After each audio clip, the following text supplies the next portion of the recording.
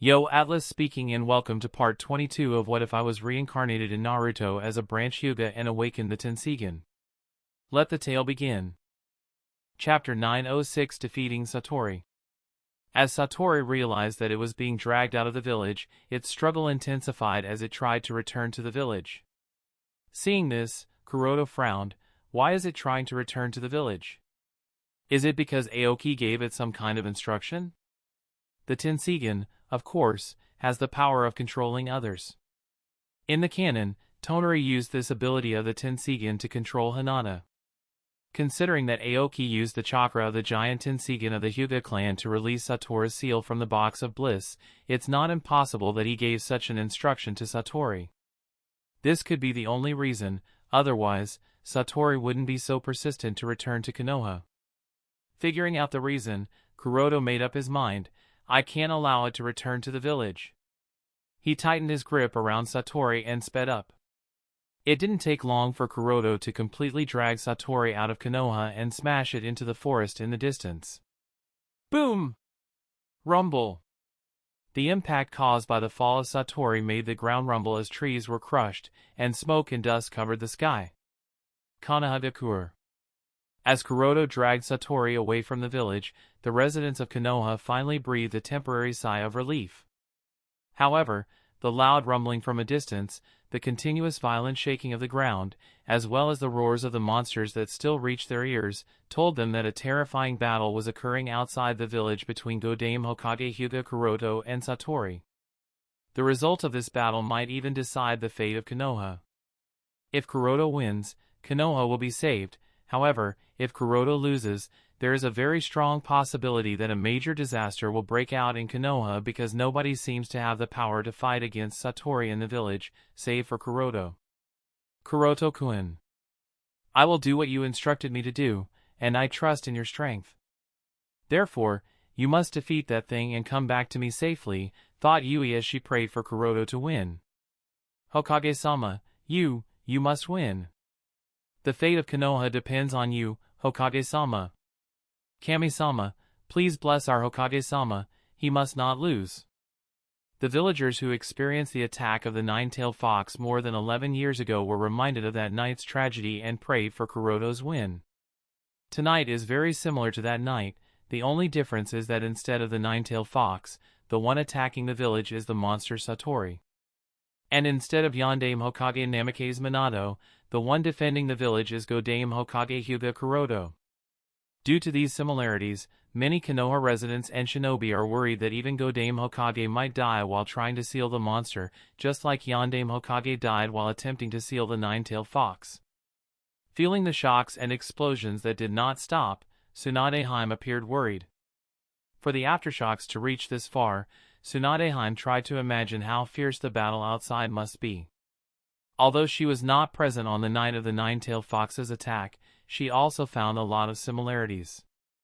Therefore, she too was worried and spoke to Elder Hiruzen with a dignified expression, "Sensei, I will go after him. Even if Curoto can hold it on his own, with both of us combined, it would be easier to deal with it." Elder Hiruzen nodded, and spoke, "Take 2 squads from the sealing division with you as well." Then he paused for a moment and turned towards Umbu, "Go to that place and bring the box of bliss. That monster needs to be sealed, killing it is simply not possible." If it wasn't for the fact that the matter regarding the Uchiha's coup wasn't completely resolved, and he needed to sit at the center to make sure that things don't escalate, Elder Hiruzen would have personally followed Curoto to deal with that thing. Tsunadeheim nodded, "All right," then she took a few shinobi from the sealing division and rushed in the direction where the battle was going on. At the same time, the Umbu whom Elder Hiruzen had instructed nodded, "As you command." He took a squad with himself to the location where the box of bliss was sealed. It didn't take long for Tsunadeheim and the 2 sealing squads to arrive at the battlefield. However, as soon as they arrived, they were surprised to find that the scene before them was completely different from what they had imagined. Considering the violent tremors, they had imagined a fierce battle going on between Curoto and Sattorii. However, that wasn't the case at all.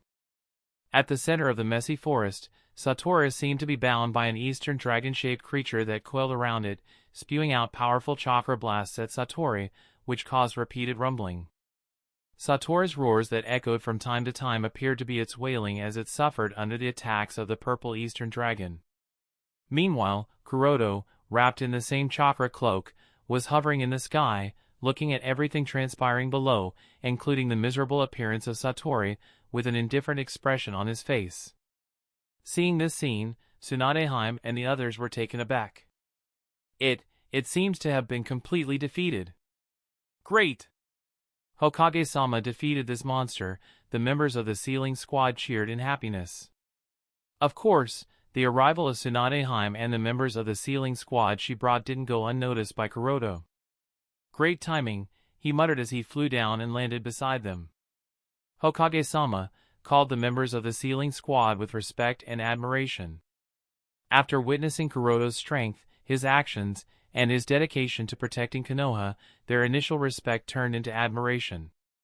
With his actions tonight, Curoto has proven that he is not the weakest Hokage, as many people thought. Rather, he is strong and capable enough to turn despair into hope, as he saved the village from Sattorii. Tsunade spoke with a sigh. You kid. I was really worried. Turns out that it was for nothing. You have already subdued the monster. How did you even bypass its ability to read killing intent and maliciousness? Curoto shrugged. I am just too fast for it. Even if it can read killing intent and maliciousness, it's unable to react to my speed. I see, muttered Tsunade in understanding. At this time, Curoto said, although I have defeated Sattorii, sealing it is a bit cumbersome. Help me out a bit. In fact, if Curoto wasn't a shadow clone, he would have sealed Sattorii on his own without any trouble. However, being a shadow clone, he has a few limitations, and therefore, he requires the assistance of the sealing squad. Tsunade nodded, yes, then instructed the shinobi with her, everyone, let's seal it. The sealing squad responded and took their positions. Curoto also flew over, and under his lead, the sealing squad started the procedure of sealing Sattorii inside the box of bliss, while Tsunade kept a watch around. Although the individual strength of the members of the sealing squad is average, with each of them being a chunin, because they are all masters of Fuinjutsu, under Kuroto's guidance, they were able to seal Sattorii. Its body started to get sucked inside the box of bliss, and its roars disappeared. As the threat of Sattorii was resolved, everyone finally breathed a sigh of relief. However, just as everyone was starting to relax, several strong chakra fluctuations appeared in the distance, looking at Tsunade, instructing, take care of the box of bliss. Without waiting for a reply, he flew in the direction from where the chakra fluctuations were coming. Chapter 907 Konoha, the Restricted Zone, take care of the box of bliss. Spoke Curoto. Hey, why? Tsunade tried to say something, however, before she could finish, Curoto had already flown away. With a sigh, she looked at the umbu beside her and questioned, can you recognize the chakra fluctuations from that direction and identify their identity? I will try, Tsunade-sama. Nodded the umbu as he concentrated for a while, then shook his head, it's too far away for me to be able to identify accurately. Is that so? Muttered Tsunade with a thoughtful expression. Something made him leave Sattorii and the box of bliss to us and personally deal with that. What could it be? It definitely has to be more important than this. The umbu continued, although I can't identify them accurately because of the large distance, I can at least tell that the chakra is very large and evil, almost like the... Tsunade eyes widened as she completed umbu's words, like the tailed beast? The umbu nodded, yes. Which means it's either the Reikage's entourage or the Mizukage's entourage. Muttered Tsunade in realization.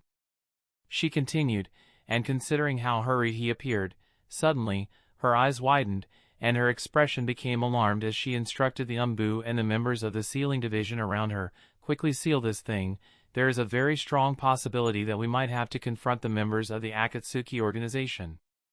Mizukage-sama, we won't be able to hold on much longer. Spoke Mei in a worried tone. We have almost arrived at Konoha, Don't worry, someone will definitely notice us." Just as Yagura spoke these words, he suddenly noticed a figure flying towards them. Noting the identity of the person, the tension in his heart was finally relieved, and he breathed a sigh of relief. "Phew, Konoha's Godame Hokage-dono noticed us. He is on his way." At the same time as Yagura, Terumi Mei, Hokage's personal guard, Hozuki Mengetsu, Ringo Amuri, Chojuro, the current 3 members of the 7 Swordsmen of Kiri, as well as the other members of the Mizukage's entourage noticed Godame Hokage Hyuga Curoto coming towards them. However, the worry and strain on their faces did not disappear immediately. Obviously, they did not think that Godame Hokage Hyuga Curoto would be of much help to them. Although they acknowledge Godame Hokage's wit, they don't think it would be enough to overturn the situation. After all, Curoto's individual strength doesn't seem to be high. In fact, in their view, it wouldn't even be too far-fetched to say that the Godame Hokage of Konoha is perhaps the weakest Hokage so far. There is no way the weakest Hokage would be of much help, especially when facing the strength of the members of the Akatsuki organization that have come after them. Not to mention there are so many of them here. All the Kirigakure shinobi that have joined the Akatsuki organization have to capture Karatachi Yagura. Although they are surprised to see him flying while being wrapped in a strange purple chakra, however, they still did not believe that he had enough strength to be able to overturn the situation. At the same time as the Mizukage's entourage, the members of the Akatsuki organization also noticed Hyuga Curoto flying towards them. Everyone had different reactions upon seeing him, but one person, in particular, was furious. This person is none other than Sasori of the Red Sand, who was standing on the back of the flying chimera beast and had some history with Curoto. Akatsuki's plan to capture the Yonde Mizukage, Karatachi Yagura, using the chaos in Konoha did not go as smoothly as they had planned. The reason is that unlike the other Kages, especially the Reikage, the Mizukage seemed to have been prepared for the ambush from the Akatsuki. Therefore, he did not lead his entourage too far away and stayed closer to Konoha. As a result, the place where the members of the Akatsuki organization ambushed the Mizukage's entourage was not too far from the village.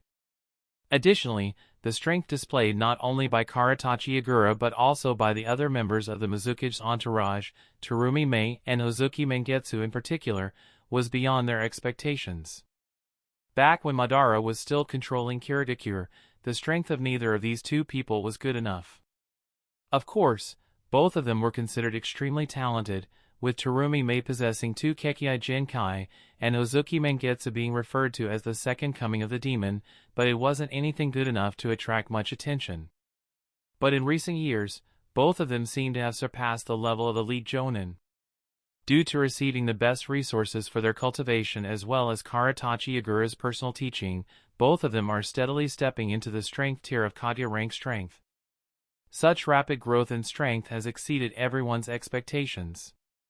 Both of them have become the strongest aides of the Yonde Mizukage, with Terumi Mei serving as Yagura's personal assistant and guard, and Hozuki Mengetsu serving as the leader of the revived 7 Swordsmen of Kiri. Therefore, with the combined efforts of Yagura, Mei, Mengetsu, the other 2 members of the revived 7 Swordsmen of Kiri, as well as other guards, they were able to successfully break the encirclement of Akatsuki without any casualties so far. But of course, because of the chase and running for the entire day, they are tired now and don't really have much chance of fighting the members of the Akatsuki organization. The other members of Akatsuki are still fine. Mizukage and his entourage believe that they will be able to deal with these people. After all, most of them, the members of Akatsuki who have been pursuing them, are also quite exhausted. However, Sasori of the Red Sand doesn't seem to be fatigued at all, and that guy is the main problem. I hope Hokage brings more reinforcements, otherwise, we are done for, thought Mei as she vigilantly looked at the enemy.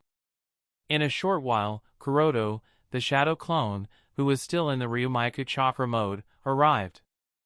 As soon as Curoto arrived, Yagura became confident and immediately turned around to confront Sasori as well as the other members of Akatsuki. All this time, Sasori's gaze did not leave Curoto. For a moment, he looked at the purple chakra that was wrapped around Curoto, then looked at the village in the distance as extreme vigilance appeared in his eyes. Within the Akatsuki, Konohagakure has been categorized as a forbidden/restricted area, and no member under any condition should step inside Konoha without permission from Nagato or Madara. This is because everyone knows that there is some kind of cooperative relationship between the top brass of Konoha and the Amatsukami. The exact nature of this relationship is unknown. However, Madara and Zetsu believe that at all times, at least one or two members of Amatsukami always hide within Konoha.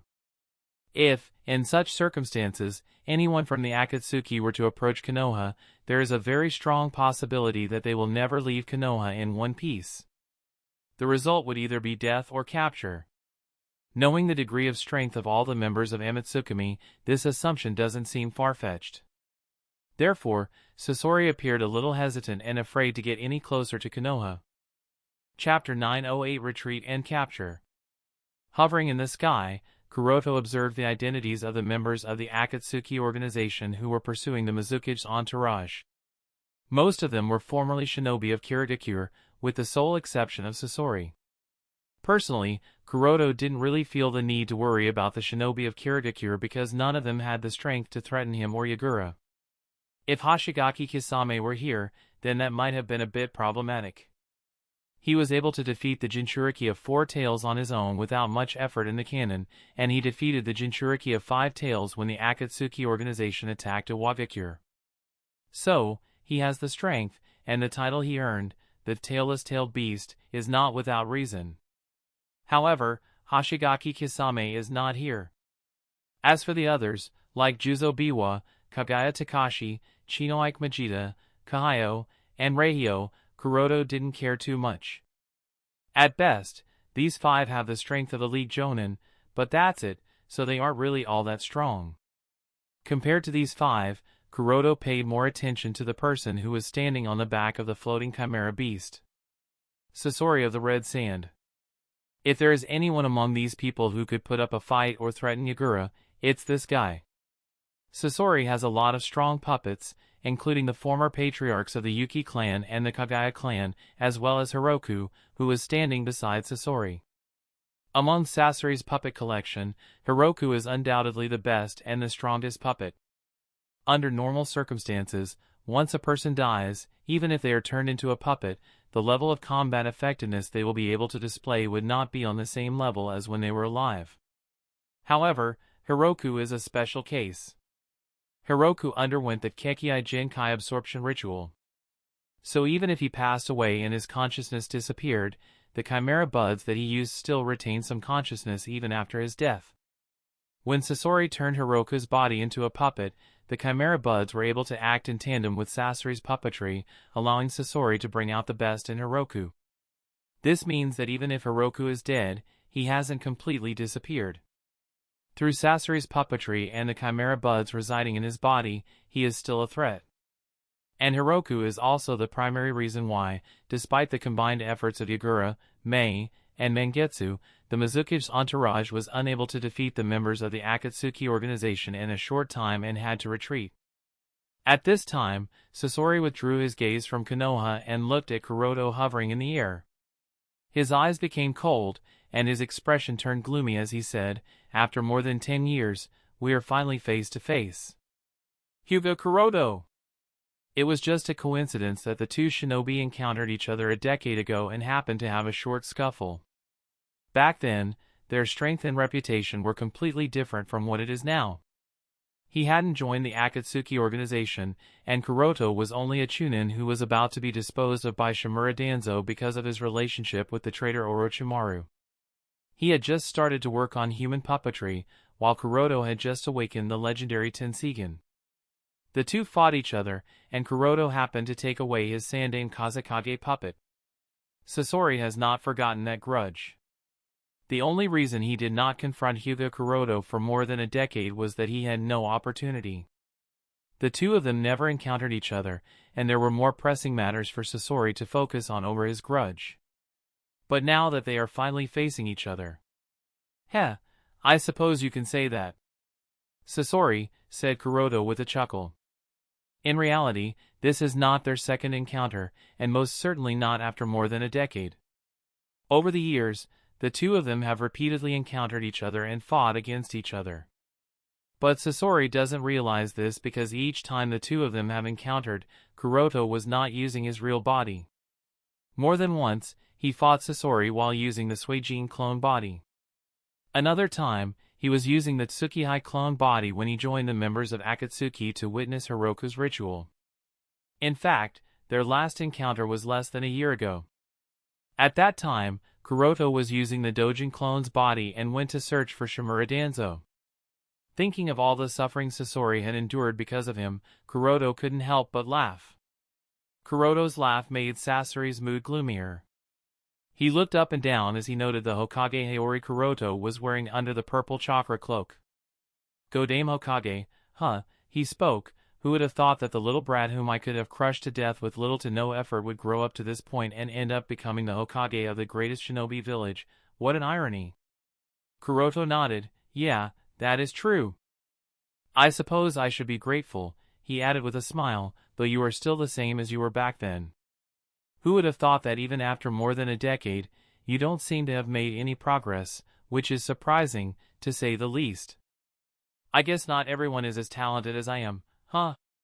While Curoto and Sasori were mocking each other, Mangetsu couldn't help but ask Mei, the two of them, they seemed to know each other.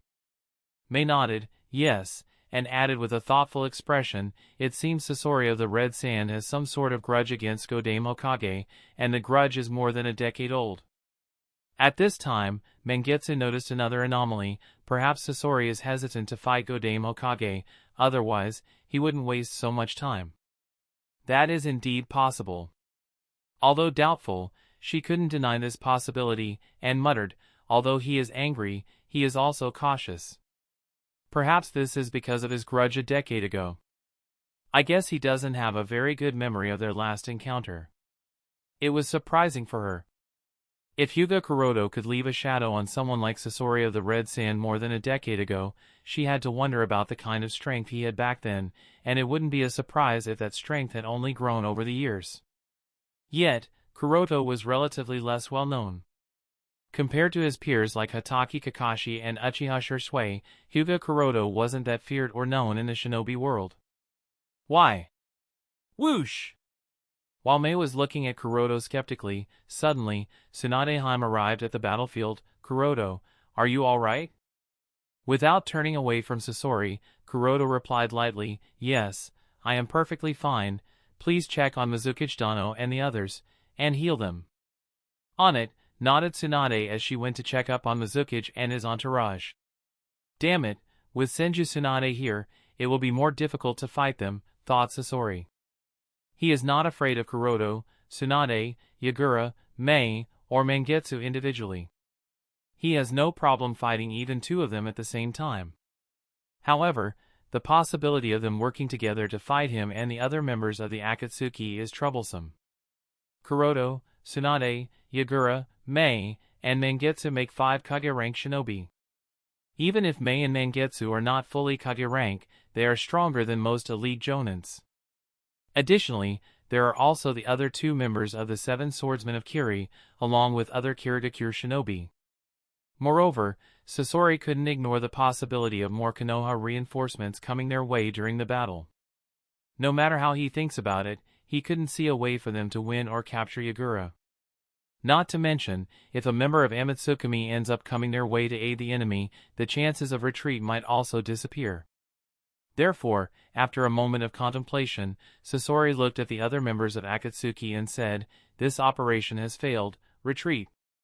Phew, the other members of Kirigakure breathed a sigh of relief and immediately turned around and left. Mei, Mangetsu, Ringo, and Chojuro were already difficult to deal with. If you add a Sannin and a Kage into the mix, they will all end up dying. Therefore, as soon as Sasori issued the retreat order, they immediately disappeared. The Mizukage's entourage and Tsunade Hime did not stop their retreat. The reason was that the Mizukage's entourage was exhausted, while Tsunade Hime did not want to entangle with them at this point, not when more important things were going on in Konoha. Seeing that the others have retreated, Sasori took one last look at Curoto. "Hyuga Curoto, just you wait, sooner or later, you will also become part of my collection." Curoto chuckled, Well, I wonder about that. Somewhere else in the land of fire. Boom!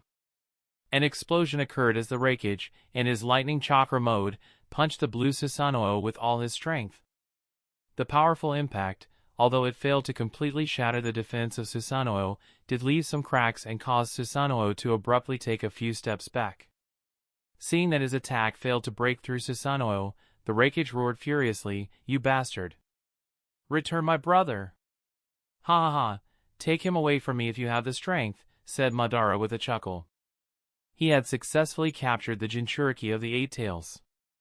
Although it wasn't easy, it also wasn't that difficult. Currently, Killer Bee is inside his Kamui dimension. Once someone is captured and thrown into the Kamui dimension by him, then the game is over for them. As long as he doesn't bring them out, they will forever remain there. Because of various confrontations with the Akatsuki organization over the years, the Reikage understood the seriousness of the matter. Therefore, he understood that no matter how strong Killer Bee is, no matter whether he is injured or not, unless Madara releases his brother from that alternate dimension, Bee wouldn't be returning, and this makes the Reikage even more helpless. He attacked Madara with all his strength, hoping to overwhelm him. However, he couldn't even break through the Susanoo. What to do, thought the Reikage, with a worried expression. While the Reikage was thinking, Madara thought to himself, since the Jinchuriki of the Eight Tails has been successfully captured, I guess it's time to retreat, wouldn't want to face Amatsukami here. With such intention, he looked at I and said, "Well, see you some other time, Reikage." Then he used Kamui on the entire Susanoo to transfer it inside the Kamui dimension. There's no way if he were to only transfer his body, then Killer Bee, who is on the other side, would attack his body. But with the defense of Susanoo, even if Killer Bee attacks him using the power of the Eight Tails, it wouldn't matter much. "Hey, wait!" The Reikage tried to stop Madara, however, right before his eyes, Madara along with his Susanoo disappeared. Unable to stop Madara from taking away his brother, the Reikage stared blankly at the ground where Madara stood a moment ago, saying, "B." Chapter 909 Capture of Six Tails. A cover of thick mist covered the air, making it difficult to see the gruesome sight. Covered in blood, wearing a ragged and torn Akatsuki black cloak, and carrying his sickle in his right hand, Hyden looked around as if trying to search for something. "Nah. Kakuzu. Kisame, have you seen my arm? I could swear it flew off somewhere around here, but I am still unable to find it." "Ito, let's see. Maybe it got stuck between those rocks," spoke Kisame as he finished wrapping Samahana in bandages. Kisame's state wasn't good either. Although there weren't any injuries on his body, courtesy of the healing properties of Samahana, the Akatsuki cloak he was wearing was torn in various places, showing that he had suffered quite serious injuries. "Yeah, help me out here," spoke Hyden as he and Kisame looked around the rocks, trying to search for Hyden's missing arm. At this time, Kakuzu stood up and looked around. As far as the eyes could see, there was destruction. Large cracks ran through the island, overturned and broken trees, giant holes in the ground that were filled with dirty water, and a messed-up forest. All these signs told that a fierce battle had taken place on this island not long ago. As Kakuzu took a deep breath, still feeling the lack of 4 hearts in his body that he lost during the battle, he turned around and looked at the culprit, Utakata.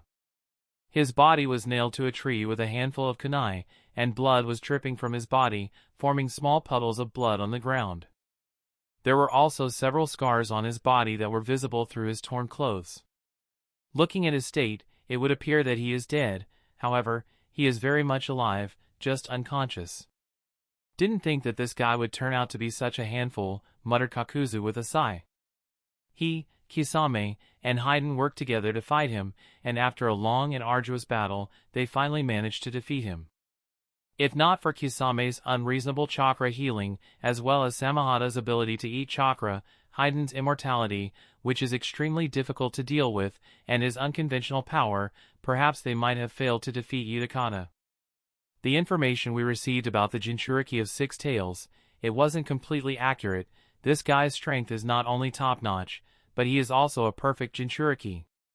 Kakuzu spoke with a sigh. Honestly, Kakuzu wanted to complain. The intelligence that they had received about the abilities of Utakata said that his threat level wasn't too high, perhaps mid-tier Kage rank. Therefore, Kakuzu was under the impression that capturing Utakata wouldn't be such a difficult task. However, his impression was wrong. Utakata's strength is straight off the charts. It wouldn't be far-fetched to say that he is high tier in the Kage rank, heck, perhaps even stronger than that, as he has complete control over his tailed beast. In his perfect tailed beast form, the strength and speed he displayed were unlike anything else. Moreover, the way he spammed the tailed beast bomb one after another, in truth, he was responsible for more than 90% of the destruction, and this was still not the end. He had wrapped himself in some form of glue acid that made it difficult for attacks to work on him, as metal would just melt, and hand-to-hand combat proved to be dangerous. Not to mention the corrosive mist that is still lingering in the air. Let alone fighting him, even approaching Utakata is a very risky task. In Kakuzu's personal evaluation, Utakata's strength is not inferior to that of Killer Bee. Perhaps Utakata is more dangerous than Killer Bee because of his acid and corrosive powers. Sigh, thankfully, Nagato also sent Kisame with us, otherwise, Kakuzu didn't want to think about the consequences. As Kakuzu took a relieved breath, Heiden's laughter suddenly burst out, ha ha ha. I finally found it. Great, spoke Kisame with a sharky grin. Kakuzu put away the messy thoughts and looked in the direction of Kisame and Heiden. As Heiden attached his arm back, Kakuzu said, considering the scale of the battle, it wouldn't be surprising if other Kirigakure shinobi came to check. Let's take this guy and retreat. Kisame nodded, yes, as he picked up Utakata with his Samahata. Heiden followed the two, nah. I need more sacrifices for Jashin-sama. Do you think I can use Kirigakure or maybe Takigakure for that? Mount Myoboku. As the smoke and dust that covered the sky gradually disappeared, a chaotic scene appeared. In a strange forest, dozens of giant toads fell here and there with various injuries on their bodies. Beside one of the toads was Jiraiya, lying in a pool of blood with black rods pinning him to the ground. The elder toads, Fugaku, and Shima were in no better state. Each had a black rod stuck in their bodies, making it difficult for them to gather natural energy or fight back. The two Jinchuriki, Naruto, and Fu, were captured. Because of the wooden branches wrapping around them, their chakra was constantly drained, making it impossible for them to break through or enter the tailed beast state. On the entire battlefield, the only one who wasn't restrained and could move around was Uchiha Sasuke, who was used as a host by Zetsu for his spore technique. He was staring at the lavender eyes with ripple patterns in Nagato's eye sockets. Are those the legendary Rinnegan? Feeling Sasuke's gaze on him, Nagato indifferently glanced at Sasuke for a moment. Then, without paying him any attention, he passed by him and approached Naruto and Fu. Seeing Nagato approaching Naruto and Fu with not so good intentions, Sasuke tried to interfere. However, he was frozen in place, not by any physical restraints, but by overwhelming fear.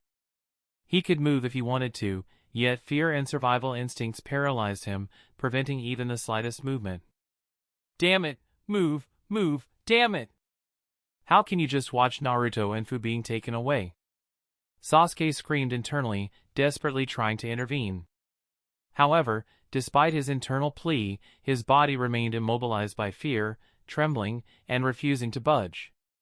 Sasuke had witnessed Nagato overpower Jiraiya, defeat dozens of strong toads, and take down Elder Fugaku and Shima. He knew that any attempt to intervene would result in Nagato swiftly defeating, possibly even killing him. This knowledge intensified his fear. This fear mirrored a past experience when he was much younger, facing Homasubi and Yama, who were about to capture an Uchiha. Just like then, Sasuke found himself helpless and terrified. But Sasuke's desire to help Naruto and Fu was stronger than his fear. For some inexplicable reason, he was unwilling to let Nagato take Naruto away. This went beyond friendship. Deeper, unexplained reasons fueled this urge to protect Naruto. Fear, unwillingness, shame, a protective instinct, anger, self-hatred, all these emotions and thoughts swirled within Sasuke's mind, creating a chaotic storm. Clenching his teeth and fists, he summoned all his strength, even the hidden reserves he thought he lacked, and attempted to step in Nagato's path. At that moment, a transformation occurred. His black eyes turned scarlet, and the two black tomo in his Sharingan spun rapidly before a third tomo emerged. His two tomo Sharingan had evolved into the three tomo Sharingan. Chapter 9-10 Capture of Naruto and Fu. Nagato, you can't continue doing this. Please stop this madness. Innocent people are suffering, those who have nothing to do with war. They are dying for no reason, Jiraiya pleaded, attempting to persuade Nagato to halt his destructive path. Nagato came to a halt, though he didn't turn to face Jiraiya. He responded, Jiraiya-sensei, isn't this the same suffering that the other nations have inflicted upon us through their wars? Now that you are experiencing the consequences firsthand, do you wish for us to stop? Why? Jiraiya sighed deeply, his voice carrying the weight of his words. Exactly, that's the problem, Nagato. What you're doing now is repeating the same mistakes we made in the past. This won't bring true peace, it will only bring more war, more destruction, and more pain. Nagato's tone remained indifferent. You're lying defeated on the ground, Jiraiya-sensei. What right do you have to advise me? I know, I understand that I've failed many times, Jiraiya admitted, his voice determined. But even so, I can't give up.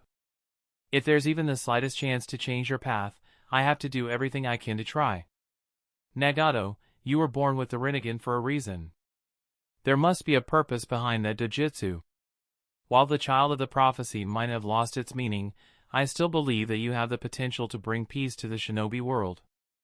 Please, put an end to this cycle of war and suffering. Nagato's voice grew colder. The child of the prophecy, huh? He mused and continued, if such a being ever existed, it was Yahiko. He would have fulfilled your ideals if he had lived. But sadly, Konoha shinobi killed Yahiko. The legacy he left behind was pain, a legacy that I've taken upon myself. I will ensure that all nations and all shinobi feel this pain until they are too terrified to wage war ever again. Nagato. Jiraiya struggled to find the right words to express himself. In the aftermath of Danzo's defection, his actions were brought to light, including his involvement in colluding with Hanzo to eliminate the former leader of the Akatsuki organization, Yahiko. This fact couldn't be ignored, and the Konoha shinobi's role in Yahiko's death was undeniable. The shinobi of Konoha killed the child of prophecy who could have brought peace to this shinobi world. Nagato's voice carried a mix of sorrow and anger. Jiraiya's expression mirrored his regret as he spoke. It's my responsibility. If only I had stayed with you, he continued with a heavy heart, but... Nagato, consider this. Would Yahiko truly support the path you're on now? Nagato's response was firm. Yes, he continued, your difficulty in accepting this is because it doesn't align with the interests of the powerful nations. However, that's not my concern. In time, you'll realize that this path is the only way to bring peace to this cursed shinobi world, a world that can only find peace through pain. With those words, he turned away from Jiraiya and resumed his journey toward Naruto and Fu. Although he had noticed the change in Sasuke's eyes, he dismissed it. A three-tomo Sharingan didn't hold his attention compared to his larger goal. Then why don't you kill me? Shouted Jiraiya. Because I want you to see with your own eyes that I was right the whole time, answered Nagato without stopping in his tracks. The only reason Nagato chose to decisively kill Jiraiya in the canon was that he wasn't as strong as he is right now. He did not have the Hashirama cells implanted in his body, therefore, he could not partake in too many battles. Nagato knew that if Jiraiya was left alive, he would oppose him. Moreover, Jiraiya had also figured out the secret of the 6 paths of pain. Therefore, it became necessary to kill him, but that is no longer necessary. In this world, Nagato is strong enough to defeat everyone, and the only person worth his attention is Yama. Therefore, even if Jiraiya opposes his path, Nagato doesn't care enough to take his life. In Sasuke's unwilling eyes and Jiraiya's helpless gaze, Nagato arrived next to Naruto and Fu. He used reverse summoning jutsu to take them away from Mount Myoboku. Poof! As Nagato disappeared along with Naruto and Fu, Sasuke finally collapsed on the ground, gasping for breath. He smashed his fist on the ground with an unwilling expression. Damn it! Damn it! Damn it! He was ashamed of his weakness. Despite being the most talented and revered trainee in Konoha, he was nothing more than an ant in front of the truly strong. He was a failure as a shinobi and a coward. He realized this truth when faced with death, realizing he didn't even have the courage to interfere.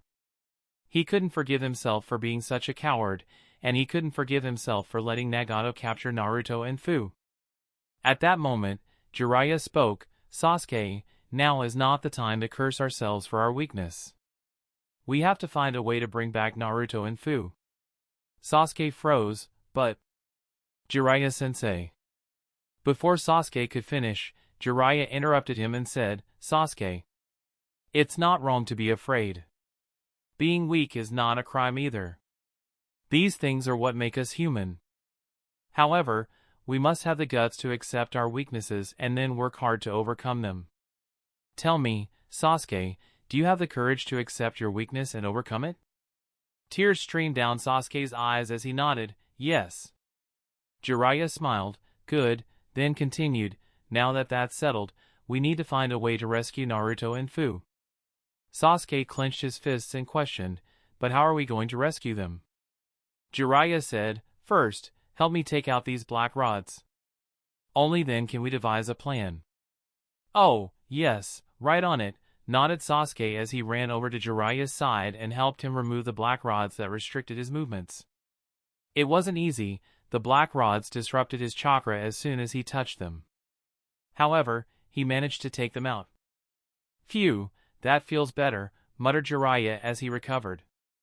Meanwhile, Sasuke also removed the black rods that trapped Elder Fukasaku and Shima. With everyone freed, Sasuke returned to Jiraiya and asked, now, Jiraiya-sensei, how are we going to save Naruto and Fu? Jiraiya scratched the back of his head and answered, this kind of thing is not something a child has to worry about or intervene in. Leave the next steps to me. I will see what I can do. Meanwhile, you will stay here. What? Taken aback, Sasuke hurriedly retorted, no. I want to help too, if I can't even help Naruto, then what go? Chop! Suddenly, a chop landed on the back of his neck, and Sasuke lost consciousness. Jiraiya-sense, what are yo? Looking at the unconscious Sasuke, Jiraiya apologized, I am sorry, Sasuke. It was my negligence as a teacher that led you to such a situation. You are the only one left I can count on for redemption. I will not allow you to take such a risk. Then, he said a few words and requested Elder Toad Fukasaku and Shima to take care of the boy before leaving Mount Myoboku. Konohagakure. At the same time, Tsunadeheim led the sealing squad and followed Curoto in order to seal Sattorii. Such a thing happened at that place, muttered Elder Hiruzen in shock. Yes, nodded Jiraiya with a solemn expression. He continued, Sensei, no matter what, we can't leave Naruto and Fu in Nagato's hands. Elder Hiruzen nodded and, without hesitation, ordered an umbu beside him, go and find Kakashi. Tell him to entrust the Uchiha matter to someone else's hands and come here immediately. The Jinchuriki of 7 tails and 9 tails were captured simultaneously. No matter what, Elder Hiruzen could not ignore such an event. If Akatsuki were to obtain all the tailed beasts, it could mean the end of the shinobi world. Thus, this matter is more critical than the Uchiha coup and requires immediate attention.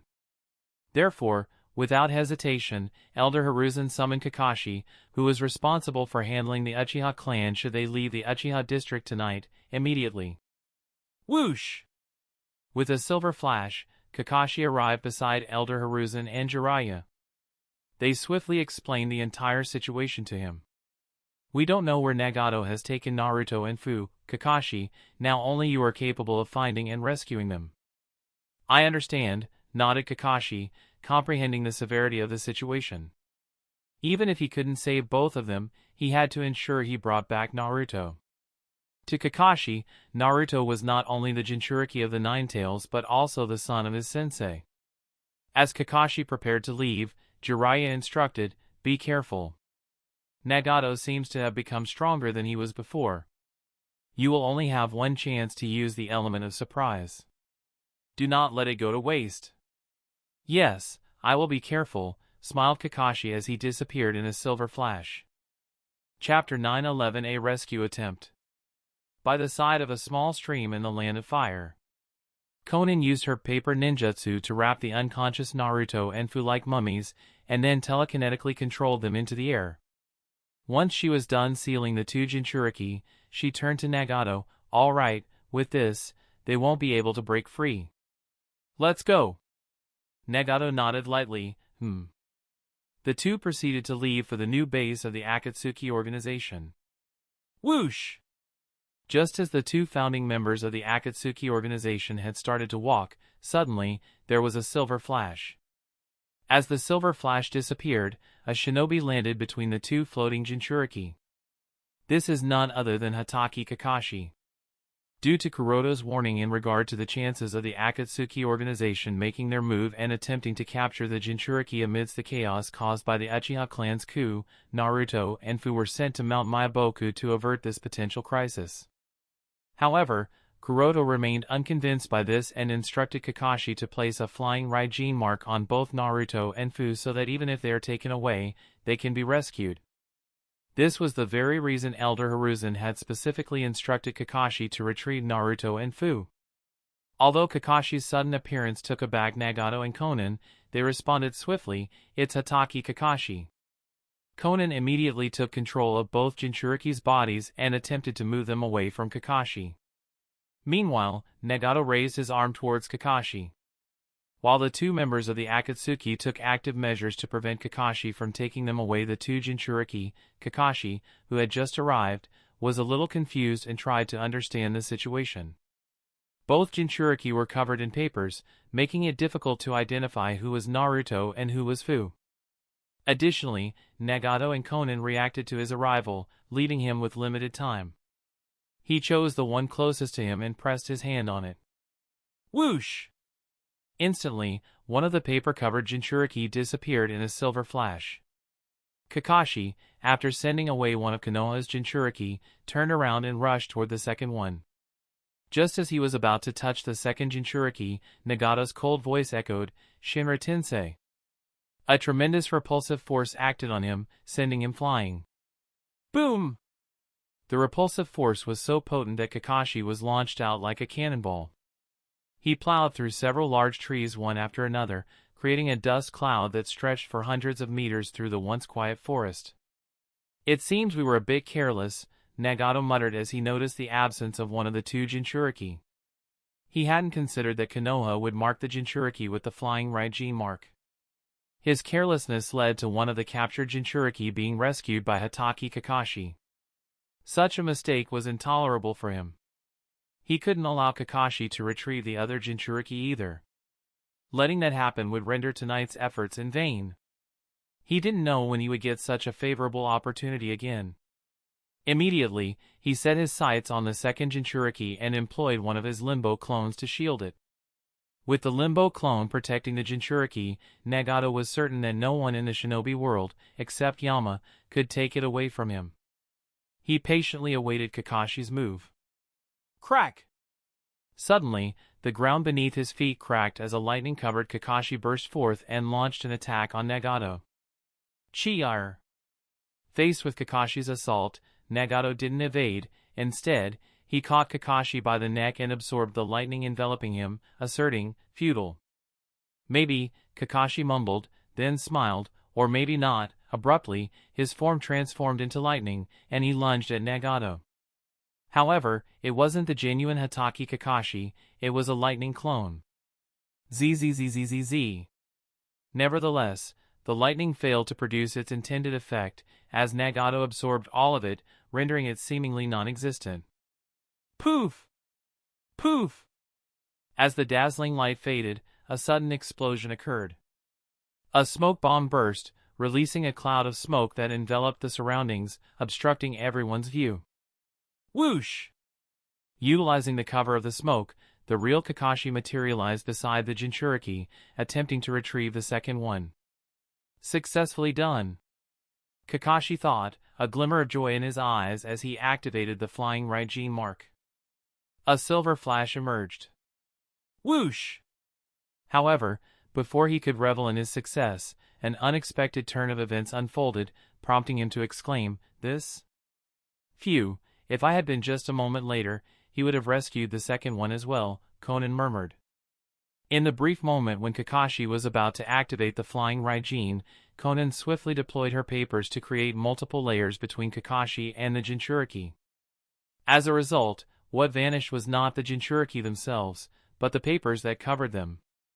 Before Kakashi could react to this abrupt change or attempt to activate the flying Raijin once again, an invisible force struck his gut with tremendous power. Boom! Once again, just like a cannonball, he was blasted away. Cough cough. Kakashi coughed up blood. That hurts like hell.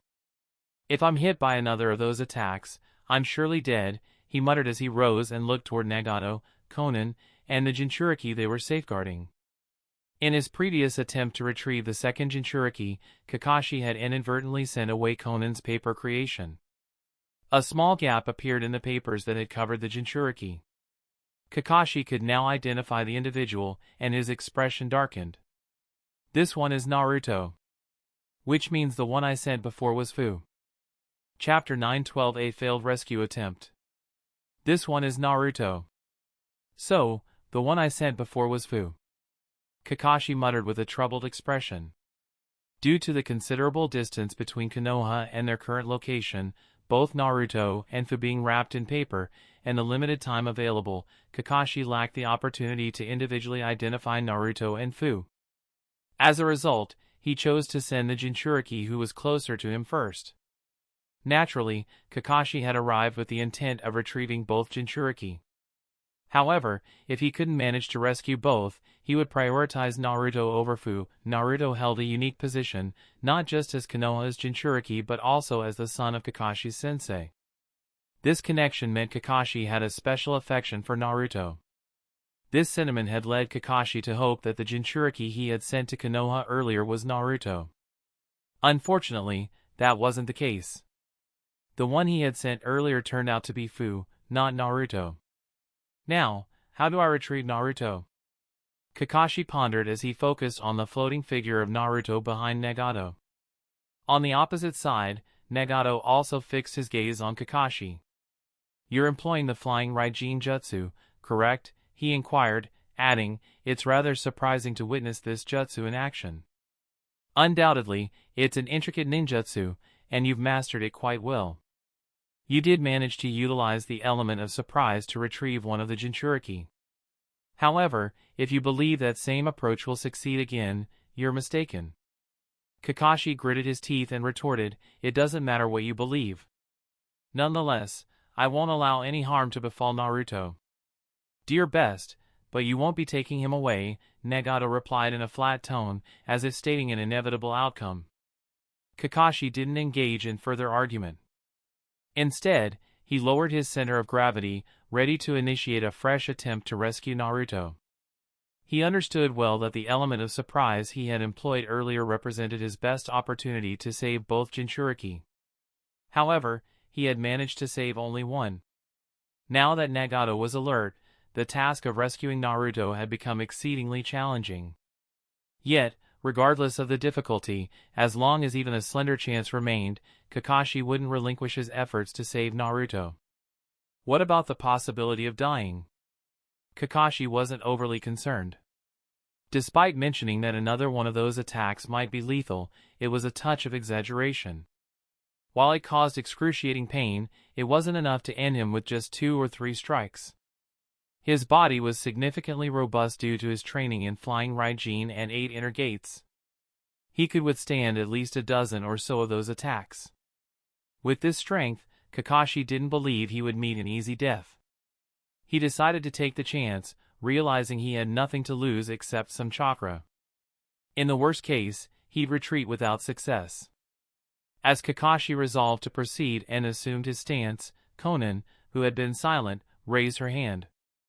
It split into countless paper butterflies that took flight and converged toward Kakashi. The numerous chi sounds that reached his ears made Kakashi realize that many of these butterflies contained explosive tags.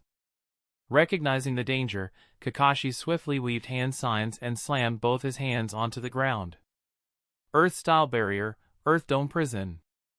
Instantly, a dome of earth materialized around Kakashi. It encased him, providing protection from the swarm of butterflies and their explosive potential. Boom!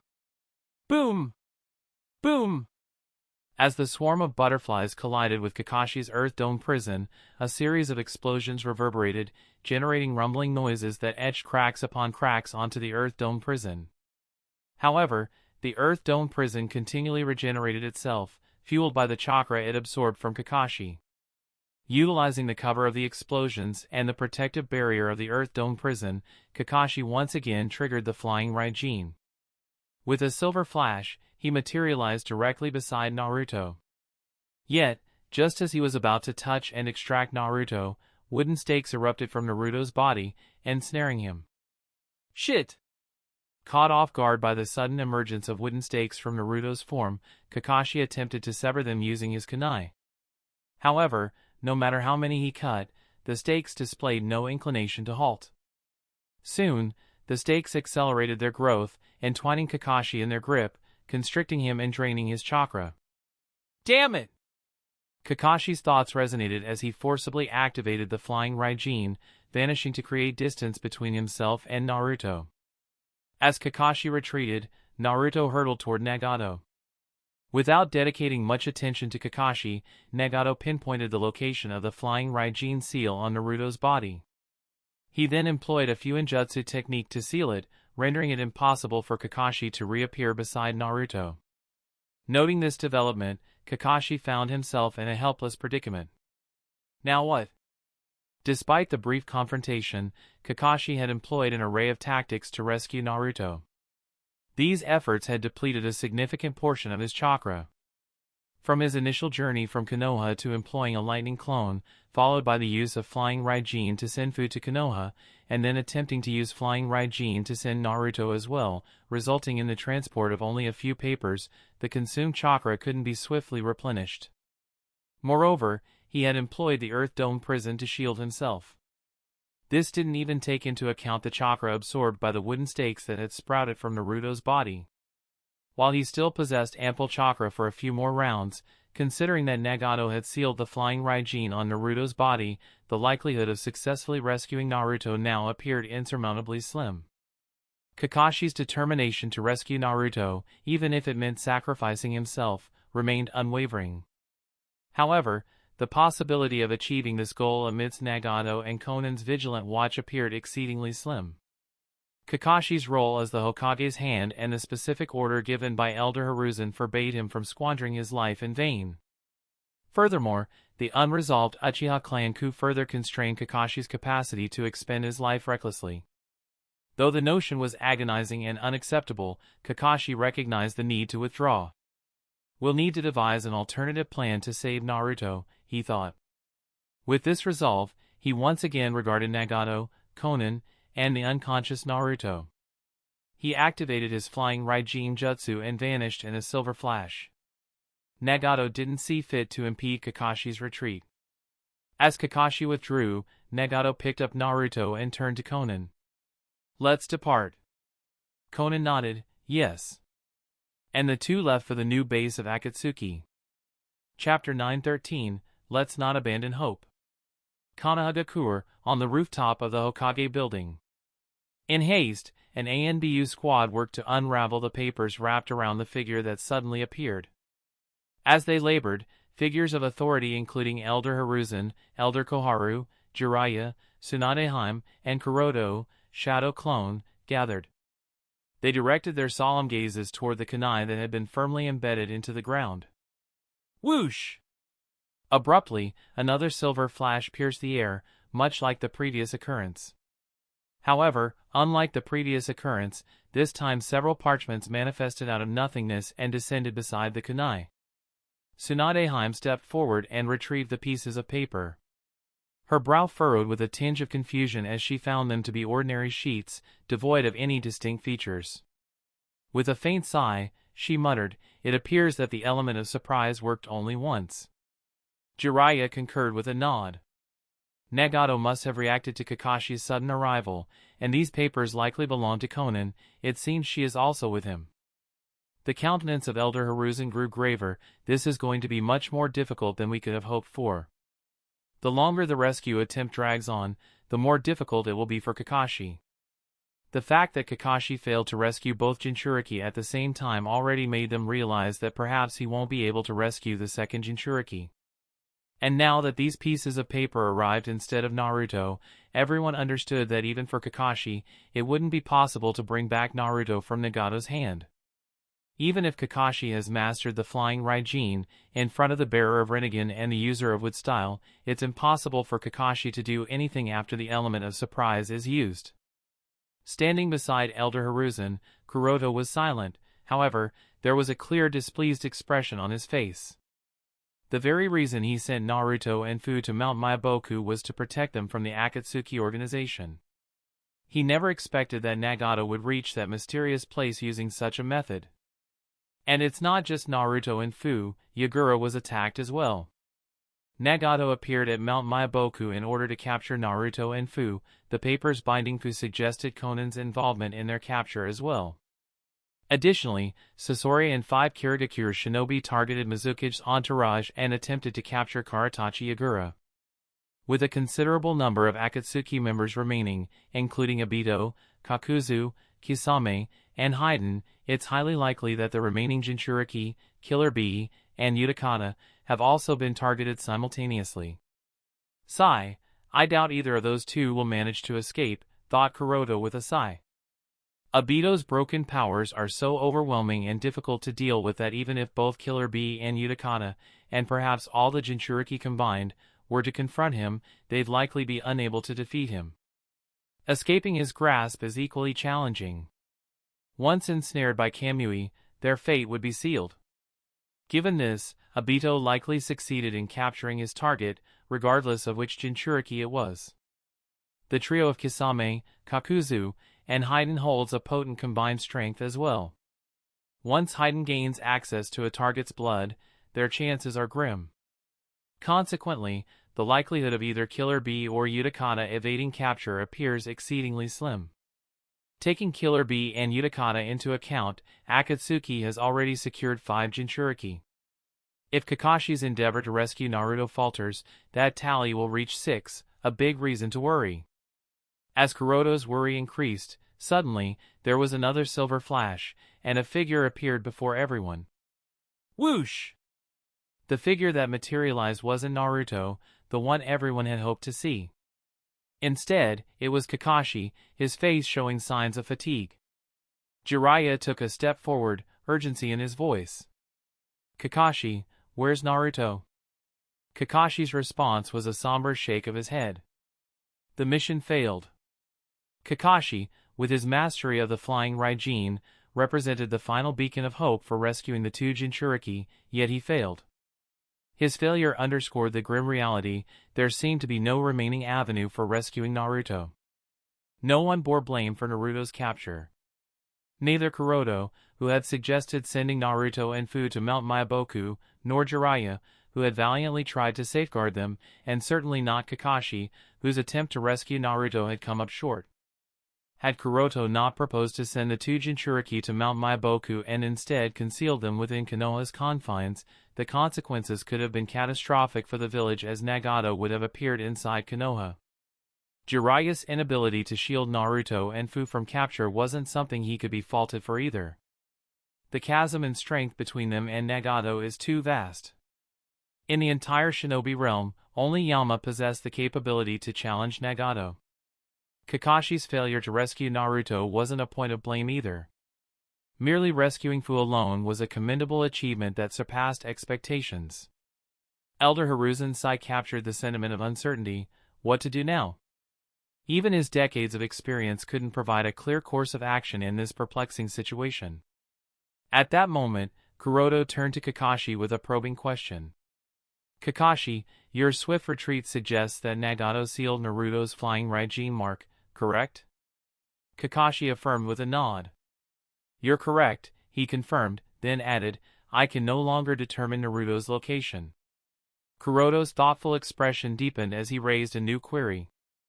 Are you absolutely certain Nagato only sealed it and didn't remove the mark? Kakashi wasn't sure of Curoto's intention, but he responded with a nod. The mark remains. It hasn't been removed. I can sense its presence, but the location is disrupted because of the seal. Once the flying Raijin mark is applied, it becomes a permanent fixture. Its removal is exceedingly challenging. Given the limited time frame, even someone like Nagato wouldn't have had the opportunity to eliminate the mark from Naruto's body. This is where Fuinjutsu comes into play. The fact that the mark is sealed rather than removed signifies a potential opportunity to save Naruto. As long as the Fuinjutsu obstructing Kakashi's flying Raijin can be undone, a possibility opens up. Even if that possibility arises slowly, seizing it might allow for Naruto's rescue. Armed with this conviction, Curoto smiled and nodded. Very well. He turned to Kakashi, his tone resolute. Under the authority of the Godame Hokage, I'm assigning you a critical mission. Focus solely on this task in the coming hours, exhaust all your efforts to pinpoint the location of Naruto's flying Raijin mark. And, if an opportunity, however slim, presents itself, utilize every ounce of your strength to rescue Naruto. Do you understand? Kakashi and those gathered on the rooftop were taken aback by Curoto's directive. They questioned, Curoto, what do you mean? And what's your plan? Opportunity? How could such a chance arise? Was Curoto suggesting a way to create an opening for Kakashi? With a reassuring smile, Curoto responded, let's not abandon hope just yet. Then, in a swift motion, he leaped from the Hokage building and vanished, leaving everyone in puzzlement. Chapter 9:14, It Turns Out to Be You.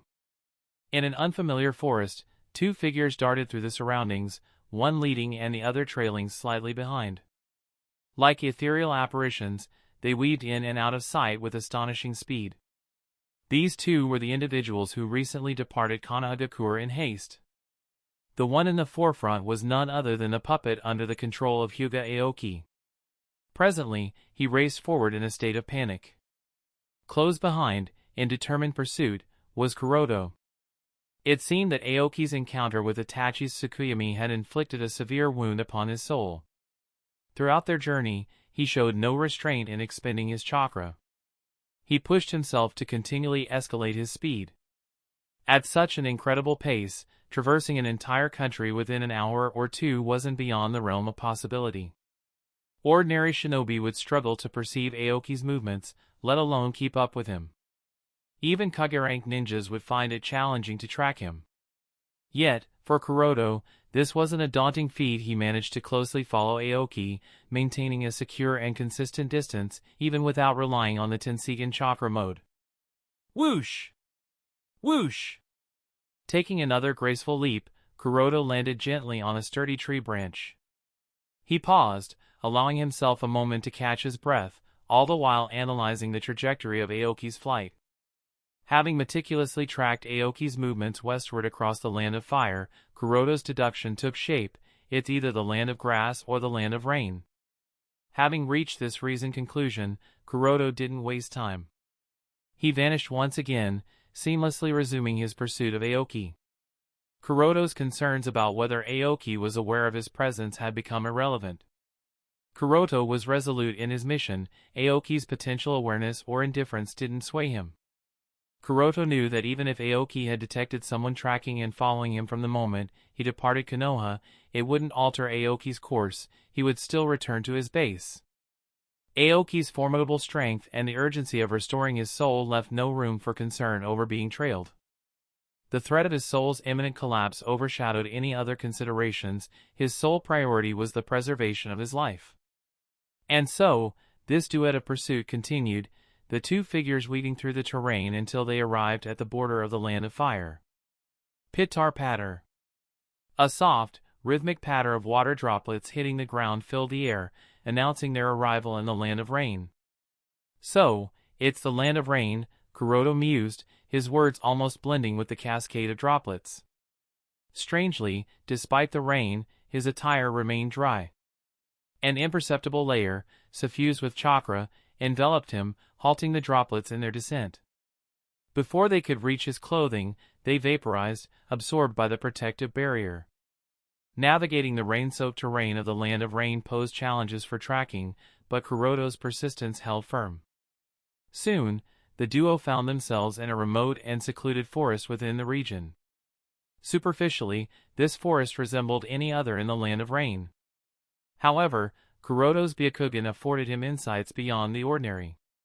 He detected an unobtrusive concealed entrance, a hidden cave, and a network of subterranean passages beneath the forest floor. Is this where he's concealing the giant Tenseigan? Curoto pondered lightly as he observed the figure of Aoki's puppet hurriedly entering the cave. Allowing his intuition to guide him, Curoto vanished from view, reappearing at the cave's entrance with a calculated thought: traps are likely in place here. Before he could delve further into his suspicions, a sudden burst of movement disrupted the stillness. Like shadows coalescing into form, a multitude of figures surged forth from the cave's depths, encircling him in a siege. Curoto regarded them with an almost nonchalant demeanor. "So, puppets for security, huh?" he murmured. It wasn't hard for him to deduce that these puppets were powered by the Tenseigan chakra and exhibited a level of autonomy. The designs etched upon their forms, reminiscent of ancient craftsmanship, suggested an age far removed from the present era. Aoki must have found these puppets along with the giant Tenseigan of the Hyuga clan. Curoto inferred, consciousness as he assessed the situation. He deduced that they were no ordinary automata, rather, they bore the strength comparable to high-tier Chunin-level shinobi. Not allowed to enter. Not allowed to enter. Not allowed to enter. The puppets, as if responding to an unspoken command, chorused a vocal cacophony that resonated as a warning to Curoto, an audible manifestation of their refusal to allow anyone to enter. However, Curoto remained unyielding in the face of their display. Despite their numbers, he maintained an air of unruffled confidence. With a seemingly casual glance, Curoto posed a question to the puppets: "What if I really want to go in?" "Die!" A torrent of hostility reverberated through the air as the puppets responded to his question, unleashing a coordinated onslaught of chakra-infused blasts upon him. Boom! Boom! Boom! Amusement flickered in Curoto's eyes as chakra blasts rushed at him. In response to their attack, he lifted both hands and formed a spherical barrier around him. The barrier not only protected him from the chakra blasts, but it also absorbed the onslaught of them as they hurtled towards him. The bursts of energy converged on his palms before dissipating. "Heh, as if these tricks would work on me," Curoto murmured with a self-assured chuckle, and added, "Now, it is my turn to attack." With the barrier in place, he slammed his hands together as several black lines extended from his feet and took the form of multiple geometrical formations on the ground. These geometrical formations on the ground enclosed all the puppets and started to glow. As soon as these geometrical formations glowed, the puppets started collapsing one by one as if they were out of power. Soon, not a single puppet remained standing. Looking at all the fallen puppets, Curoto muttered with a smile, "Did not expect that the chakra transmission array that I created for Danzo would turn out to be useful here." The method he had just used to deal with dozens of puppets is actually a chakra transmission array. Back when Curoto was helping / using Danzo to improve / test the Chimera Jutsu, Chimera Buds, and the Kekei Jinkai absorption ritual, Curoto also assisted in improving the chakra transmission array. Therefore, he knows how to create it, and in his own free time, he worked on it to make it completely reliant on characters and patterns without any need for hardware material. It took some time and effort, however, he had succeeded in creating it. The result is before him. Using the chakra transmission array, Curoto had simply absorbed the Tenseigan chakra that was being used to power up the puppets. Losing the source of energy, the puppets could no longer function and collapsed one after another. After swiftly dealing with the puppets, Curoto walked into the dark and damp cave. On the way, he did find a few more traps, along with many more puppets trying to stop him. However, he swiftly dealt with all the hurdles until he reached the center of the network of underground tunnels. As he walked inside the hall, he noticed a person quietly standing with his back turned towards the entrance. However, Curoto did not care about this figure because the thing beside him had garnered all his attention. It was a giant sphere emitting bright warm light. While Curoto was focused on the giant sphere, the figure turned around and looked at Curoto with a mocking chuckle. It turns out to be you. What a foolish mistake you made, Hyuga Curoto. Chapter 9:15, The Giant Tenseigan of Hyuga Clan. The entire time, I was trying to figure out the identity of the person who colluded with the Uchiha clan and set up that trap for him. I thought of many people, but never did I expect it to be you, said Aoki, puppet, his voice turning unnaturally cold. Hyuga Curoto. Curoto spoke. You aid the Uchiha clan to initiate the coup d'état, and I, as Konoha's Hokage, prepared a trap to stop you. I don't see anything wrong with this. After all, your actions are going to have consequences. Did you never even bother to think about this? At the same time, Curoto also checked the status of Aoki's soul. He seems to be in a better condition. While Curoto was stopped by the puppets/traps, Aoki took that opportunity to return his soul to his main body briefly. This is why his soul is no longer on the verge of collapse. However, this is not to say that he is perfectly fine now. The after effects of suffering 10 days of torture are not something one can get rid of in just a few moments. Therefore, even if his soul is no longer on the verge of collapse, it is not in a very good state either. Hearing Curoto justify his actions using his position as Konoha's Hokage, Aoki's eyes landed on the Hokage Haori that Curoto was wearing, and his mood became sour. Humph. Konoha's Hokage, huh? Really? I must say I am quite surprised. You see, I am quite good at judging people and seeing through their facade. However, even I failed to see through you. You have really outdone everyone. Not only did you use the conflict between the Hokage faction and Uchiha clan to become the Godame Hokage of Konoha, but you also colluded with the heir of the Uchiha clan to prepare such a trap for me. This also means that you have known Uchiha Itachi also has those eyes. Curoto shrugged. Not everything went as I wanted, but the end result hasn't been so bad. Aoki's expression became distorted as he questioned, but, how did you do it? Breaking the chain of fate of the branch family of the Hyuga clan and becoming the leader of Konoha was also Aoki's ambition. This is one of the main reasons he was trying to find the giant Tenseigan. He knew that he was powerless without the giant Tenseigan. Therefore, he carefully hid himself while becoming stronger. Aoki was never worried about the possibility that someone else would threaten his ambitions. Unexpectedly, Hyuga Curoto, another member of the branch family, accomplished what he wanted. The position of Konoha's Hokage that he wanted to ascend to, Curoto obtained that position. This made him feel indignant towards Curoto because this trash has robbed him of his ambitions. What annoyed Aoki, even more, is the fact that Curoto seems to have predicted his actions tonight and set up a trap in advance that actually worked. In Aoki's eyes, Curoto is nothing more than an ant. And this feeling of being offended and embarrassed by ants is not something Aoki is able to accept. He is a god, how dare an ant interfere with his plans? While Aoki was having hostile thoughts toward Curoto, the person in question ignored Aoki. Instead, he looked at the giant sphere emitting bright warm light, the giant Tenseigan of the Hyuga clan. It is bright as a star and contains a hexagonal prism within. The hexagonal prism has an extremely bright white spot at the center like the white hole. This white hole-like bright spot is probably the core of the giant Tenseigan of the Hyuga clan, thought Curoto. Seeing the treasured giant Tenseigan and feeling the gentle yet powerful chakra exuded from it, he is awestruck. Aoki noted the awestruck expression on Curoto's face and smiled in conceit. So you have noticed this, right? He questioned with a smirk, the reason you colluded with Uchiha Itachi and prepared that trap for me. It's definitely to figure out how I broke free from the caged bird, right? Not paying any attention to Aoki, Curoto probed the giant Tenseigan. A frown appeared on his face. The reason behind the change of expression is that he sensed something odd about the state of the giant Tenseigan, and he couldn't help but wonder, what's wrong with it?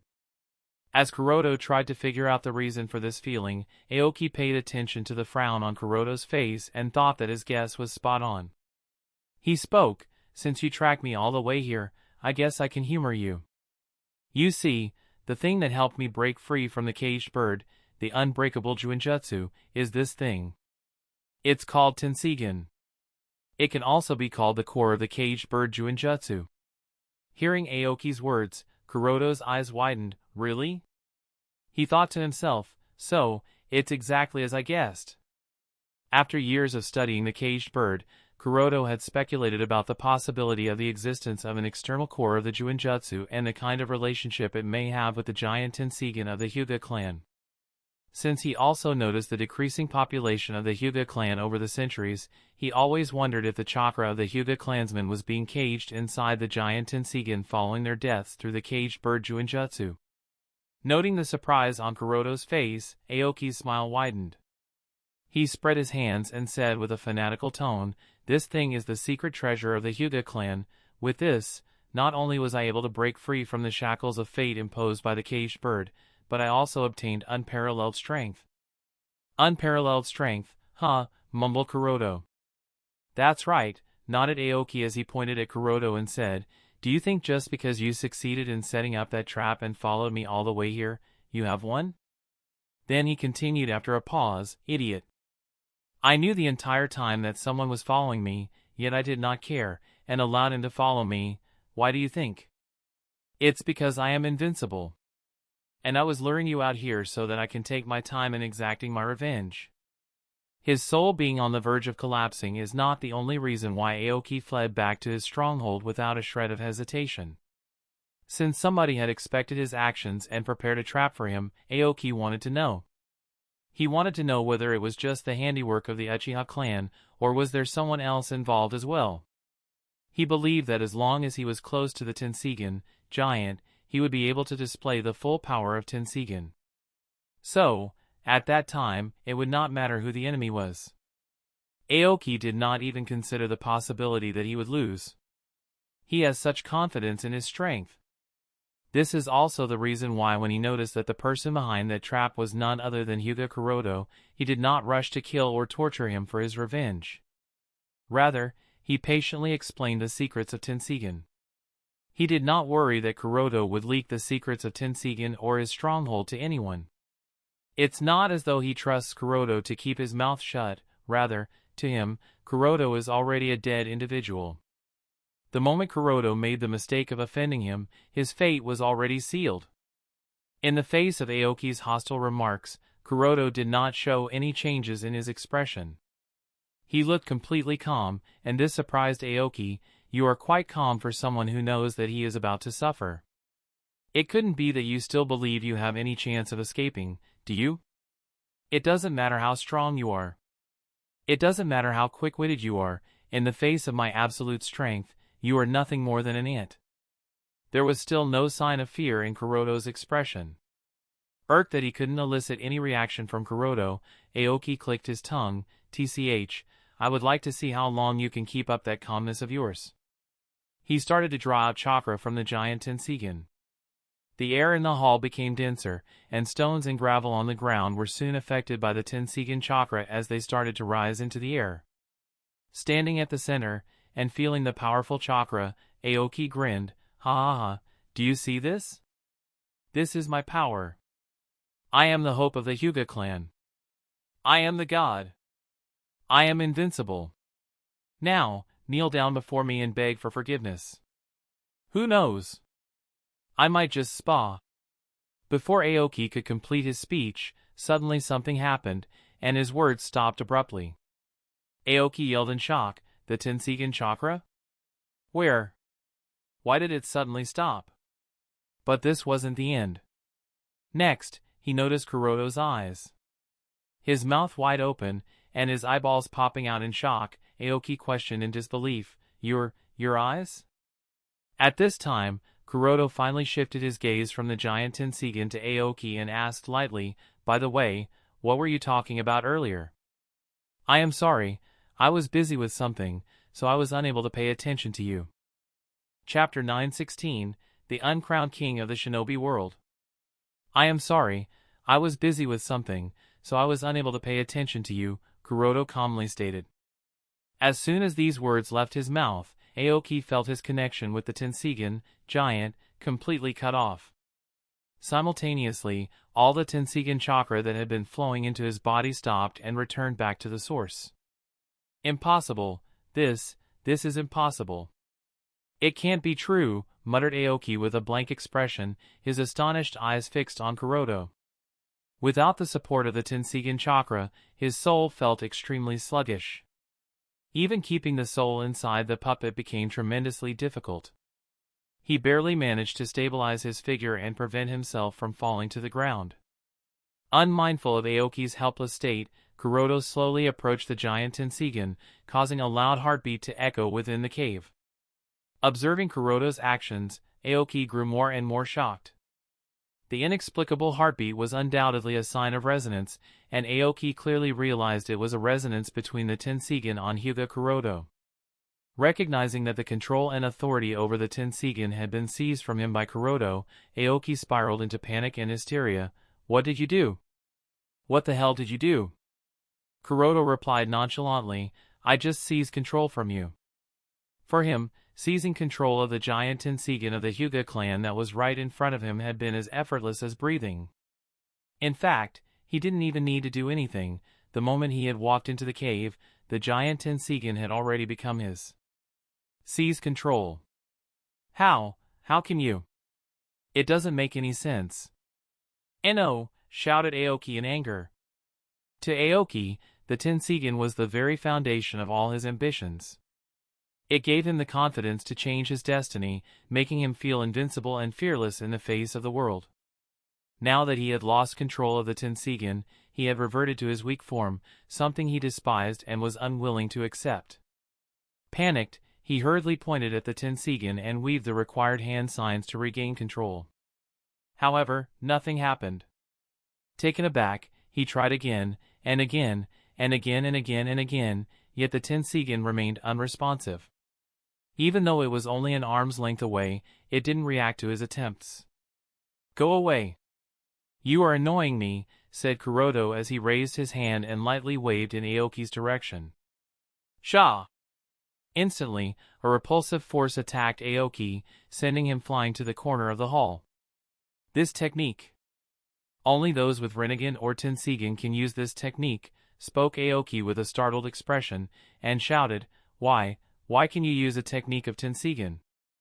Aoki's doubt was relevant. Even though Curoto had taken control of the Tenseigan from him, how long had it been? A few moments? It was implausible for Curoto to have learned this technique in such a short time. Moreover, Aoki could tell that Curoto hadn't drawn chakra from the Tenseigan, so how had he used Shimmer Tensei? Curoto shrugged, isn't it quite obvious? And spoke as he pointed at his eyes, it's because I already have the Tenseigan. Aoki was stunned. Those eyes of yours, they are Tenseigan? Curoto nodded, yes. They are Tenseigan. Aoki couldn't believe Curoto's words, but how can someone like you have Tenseigan? Curoto answered, well, I have had these eyes for over 11 years now. I think I was about 13 years old at the time when I awakened Tenseigan. The time when Curoto awakened the Tenseigan happened to be about a month or two before the attack of the nine-tailed fox. Currently, Naruto is a little over 11 years old, which means that around 11 years have passed since he awakened the Tenseigan. Hearing Curoto's response, Aoki couldn't help but feel incredulous. You awakened Tenseigan with your own efforts at the age of 13? He has read many books and ancient scrolls of the Hyuga clan. Therefore, Aoki knows that in the millennium-year-long history of the Hyuga clan, there has never been a precedent of someone awakening Tenseigan. In fact, the power of Tenseigan can only be wielded through the Tenseigan of the Hyuga clan or through the Tenseigan of the Akatsuki clan. No one has ever wielded the power of Tenseigan through their dojutsu. In response to Aoki's doubts, Curoto chuckled. Although there was an element of luck involved, it would not be wrong to say that I awakened this pair of Tenseigan with my own effort. At that time, he was sent to the borders of the Land of Wind to be disposed of because of his connections with a traitor. Orochimaru had defected from Konoha after offending Shimura Danzo, and in order to ensure that no subordinates of Orochimaru remained in Konoha, there were only two choices presented to him: either join Danzo's route or die as a martyr. Even a clan as powerful and influential as the Hyuga clan was unable to protect him. With death waiting for him, Curoto had no other choice but to take his chance. Injecting the gene fluid was a very dangerous risk, but that was his only option. It was do or die for him, and Curoto decided to grit his teeth and inject the gene fluid. He did not know whether it would work or not. Thankfully, it worked, and as a result, he awakened the Tenseigan. Hearing Curoto's story, Aoki became puzzled. If you had the Tenseigan, then why do you? He spoke halfway, when Curoto interrupted him. You want to know why? Unlike you, I did not jump out and show off, instead chose to hide my powers, spoke Curoto, to which Aoki nodded, yes. Curoto answered with a smile, it's because I have been well aware of the fact that even if I have the Tenseigan, I am not invincible. I am not a god, there are so many other godlike beings out there who can defeat me. There are Akatsuki clansmen on the moon, then there's the reincarnation of Indra and Azura, there is also the Sage of Six Paths, above him, there is the progenitor of chakra in this world. Akatsuki Kagaya, not to mention those Akatsuki beings that plunder the energies of different worlds. For me, obtaining the Tenseigan was just the starting point of my ambitions. And until I achieve what I wish to achieve, I will never reveal my strength to anyone. Hearing Curoto's narration, Aoki was left dumbfounded. He didn't know all the people Curoto mentioned, however, the word Akatsuki did ring a lot of bells. It was at this moment that he realized that he was just a frog at the bottom of the well, and the true depths of the shinobi world were something that he couldn't even imagine. Curoto continued, the reason you lost today. It's because you lack knowledge, and because your vision is narrow. You are driven by hatred, and you do not think about your actions from a rational point of view. Just think about it, if this giant Tenseigan had enough power to conquer the entire shinobi world, then why did our ancestors hide it? You couldn't even figure out such a simple thing and consider yourself invincible? Humph, for an ignorant and rash person like you, becoming my stepping stone is already the most honorable ending you can hope for. As Curoto finished speaking, suddenly an absurd thought appeared in his mind. The more he considered that possibility, the more it made sense, and the more it made sense, the more fearful Aoki became. Finally, he raised his hand and pointed at Curoto as he spoke in a trembling voice, You are Yama. Curoto smirked, correct. Hearing Kuroto's acknowledgement of being the mysterious leader of Amatsukami, Aoki's eyes became blank. Only now has he truly understood the kind of monster he was facing. Hyuga Curoto is not only the leader of the most mysterious and most powerful organization in the shinobi world in the dark, but he is also the leader of the strongest shinobi village in the light. A person with such power and authority, it wouldn't be an exaggeration to say that Hyuga Curoto is the uncrowned king of the shinobi world. Chapter 917, The Gant, or Medium Tenseigan.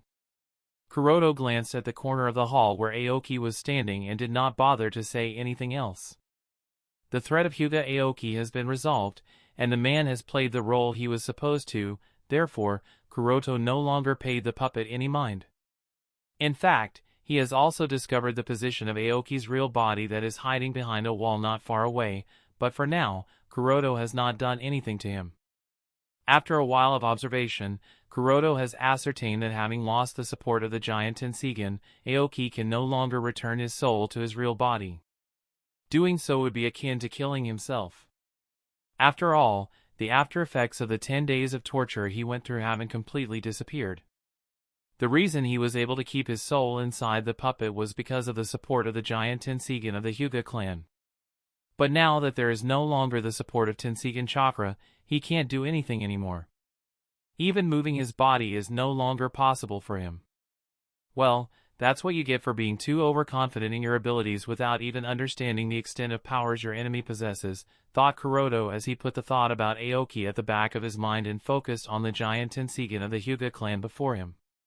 Looking at it, Curoto slowly reached out his hand and touched it gently as he muttered, "It did not expect it to be this small." There was only one word to describe the size of the giant Tenseigan of the Hyuga clan, small. Based on what he recalls about the giant Tenseigan of the Akatsuki clan on the moon, the size of the giant Tenseigan before him is too small, at most 3 to 4 meters in diameter. It wouldn't be wrong to say that this giant Tenseigan is not even a quarter of the original giant Tenseigan in terms of volume. Heck, even calling this one a giant Tenseigan doesn't feel right to Curoto. Perhaps I should call it medium Tenseigan, muttered Curoto with a chuckle. However, thinking about it carefully, he did not feel that there was anything wrong with such a size. After all, the giant Tenseigan on the moon was created over a millennium ago and contains the Byakugan of all the Akatsuki, which easily numbers several thousand.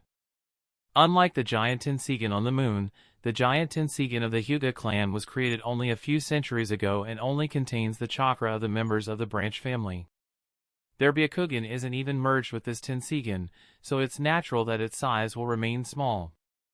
Moreover, the Akatsuki were naturally more powerful than the Hyugas, therefore, their chakra was also more powerful than the Hyugas, so it's natural that the chakra that the giant Tenseigan on the moon has is far more than the chakra that the giant Tenseigan of the Hyuga clan contains.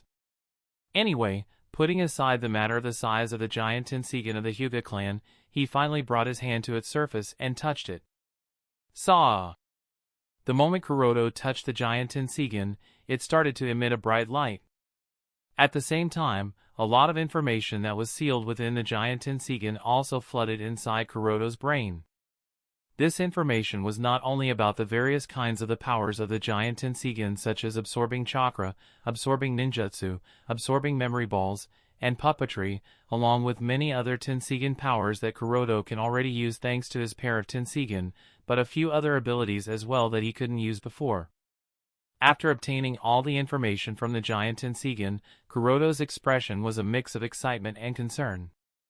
He was thrilled about expanding his set of techniques, but his frown was due to the current state of the giant Tenseigan. It didn't live up to his expectations. The reason for his disappointment lay in the fact that the giant Tenseigan had been sealed and inactivated for over a century. As a result, it was in an extremely weakened state when Aoki released the seal and activated it. The issue compounded when, after releasing the seal, Aoki not only neglected to address the weakened state of the giant Tenseigan but also used it recklessly, drawing out a significant amount of chakra from it. This was especially evident when Aoki infused a tail beast level of chakra into the box of bliss, aiming to free Sattorii from it and unleash havoc in Konoha. In the process, Aoki extracted an excessive amount of Tenseigan chakra, further deteriorating the state of the Tenseigan beyond its initial weakened condition. Curoto believes that if Aoki had continued to place such high demands on the giant Tenseigan without addressing its underlying issues, the giant Tenseigan might have eventually collapsed and disintegrated entirely. No wonder there was no resistance at all. Curoto muttered as a sudden realization dawned upon him. Not too long ago, Curoto had taken control of the giant Tenseigan away from Aoki using his superior authority, as he possessed a pair of Tenseigan. What struck him as odd was the complete absence of resistance from the giant Tenseigan during this act. Despite Curoto's authority over the giant Tenseigan being derived from its current possessor, Aoki, there should have been some form of resistance that would lead to a clash of authority. However, no such confrontation occurred. The moment the giant Tenseigan sensed Curoto's chakra, it betrayed Aoki and aligned itself with Curoto. Initially, Curoto was uncertain about the exact cause of this occurrence. He speculated that it might have been due to the weakened state of Aoki's soul. Nevertheless, he has now grasped the genuine reason behind this incident. Evidently, the giant Tenseigan had grown weary of Aoki, who incessantly made demands of it without addressing its problems or treating it as the treasure it should have been revered as. As a result, when Curoto, a figure of higher authority, emerged, the giant Tenseigan swiftly abandoned Aoki without the slightest hesitation and chose to align with Curoto. Having received this revelation, Curoto realized that he must avoid following in Aoki's footsteps. He understood the importance of properly caring for the giant Tenseigan, lest it forsake him as well, should someone with greater authority come into play. While such a scenario seemed unlikely, he wasn't willing to take any risks and made a solemn vow to ensure its proper maintenance. Having made his decision, Curoto withdrew his hand from the giant Tenseigan and approached Aoki. With the giant Tenseigan acquired and the desired knowledge obtained, Aoki's purpose had been fulfilled. However, before concluding Aoki's role, Curoto harbored one final curiosity. With this intent, he inserted his hand into Aoki's chest, retrieving a memory ball, and commenced reading its contents. The memory ball contained a plethora of information, which Curoto swiftly skimmed through until he arrived at the specific segment detailing Aoki's collaboration with the Akatsuki organization.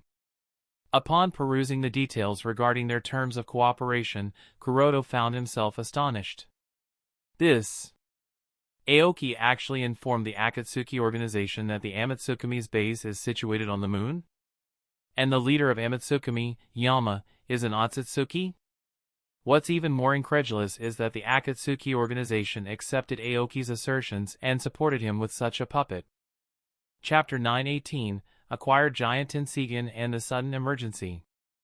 Aoki actually informed the Akatsuki organization that the Amatsukumi's base is situated on the moon? And the leader of Amatsukumi, Yama, is an Otsutsuki, muttered Curoto while holding Aoki's memory ball with a stunned expression, and added, and Akatsuki actually bought Aoki's ridiculous thoughts? Perhaps this was because of the effectiveness of the deterrence created by Amatsukumi and its mysteriousness nature that the Akatsuki were willing to learn any information, no matter how ridiculous or unbelievable it may be, and they were even willing to exchange that information with a puppet like Aoki. Thinking about it more carefully, given how carefully Akatsuki attempted to prepare their attacks on the tailed beasts tonight without getting closer to Konoha at all, it can be seen how afraid they are of Amatsukumi. Because of the previous interaction between Obito and Zetsu with the members of Amatsukumi, the Akatsuki organization has likely reached the conclusion that a few members of Amatsukumi are always present in Konoha. Therefore, it's best not to step foot inside the village, lest it lead to another war with Amatsukumi, for which they aren't ready. This is why, after the last attack on Iwagakure, Akatsuki chose to lay dormant. Only now, when they were sure that some sort of chaos would break out in Konoha tonight, did they take their chance to attack almost all the Jinchuriki. Thinking this, Curoto couldn't help but click his tongue in annoyance, tch. This time, whichever Jinchuriki the alliance of the 5 great shinobi villages lost to the Akatsuki organization, it was entirely Konoha's fault.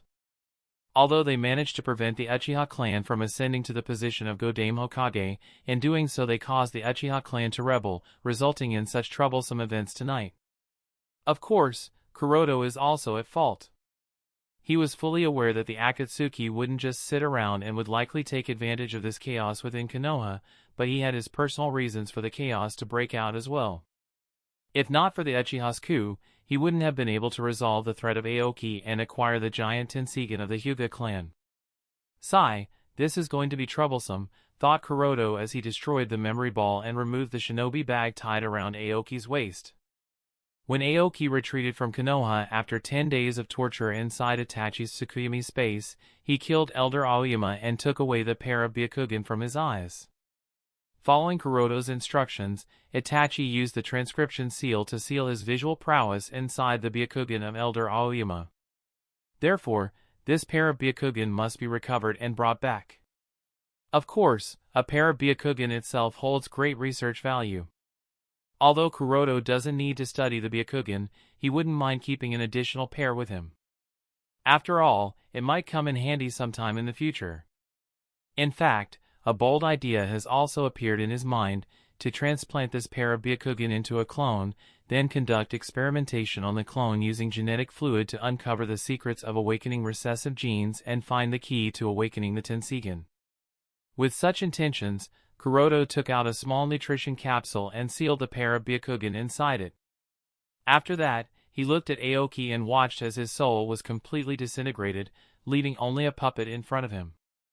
To ensure that Aoki was indeed dead, Curoto went to the area where Aoki's main body was kept and completely destroyed it as well. With this, the threat of Aoki was permanently resolved. Of course, this doesn't mean his work here is done. After pondering for a while, he destroyed the entire structure and watched as the room was buried with rubble, thinking, since you chose this place as your base of operation, then I shall make this very place your burial ground. Anyway, this is convenient for him. After dealing with the matter regarding Aoki, Curoto returned to the hall that housed the giant Tenseigan of the Hyuga clan. What happened with Aoki has made him realize that he cannot exploit the giant Tenseigan, otherwise, he might face similar consequences. He must properly take care of the treasure before him. In fact, if he were to exploit the giant Tenseigan, there's even a possibility that it might betray him when facing Tonari. Since the giant Tenseigan of the Akatsuki clan has instinctively helped him on multiple occasions, there's a chance that the giant Tenseigan of the Hyuga clan might also obey Tonari over him. After all, both Curoto and Tonari have the highest authority over the giant Tenseigan due to their pure bloodline. With that in mind, Curoto decided to temporarily deactivate the giant Tenseigan of the Hyuga clan with a seal and use it only after studying it for a while. He weaved the required hand signs to seal the giant Tenseigan, and as he completed the seal, the brightened star slowly dimmed. Its surface was then covered with a layer of stone, giving it the appearance of an ancient stone monument. With the surface of the giant Tenseigan completely covered in stone, the emission of Tenseigan chakra also stopped, making it impossible to determine the true nature of the stone monument.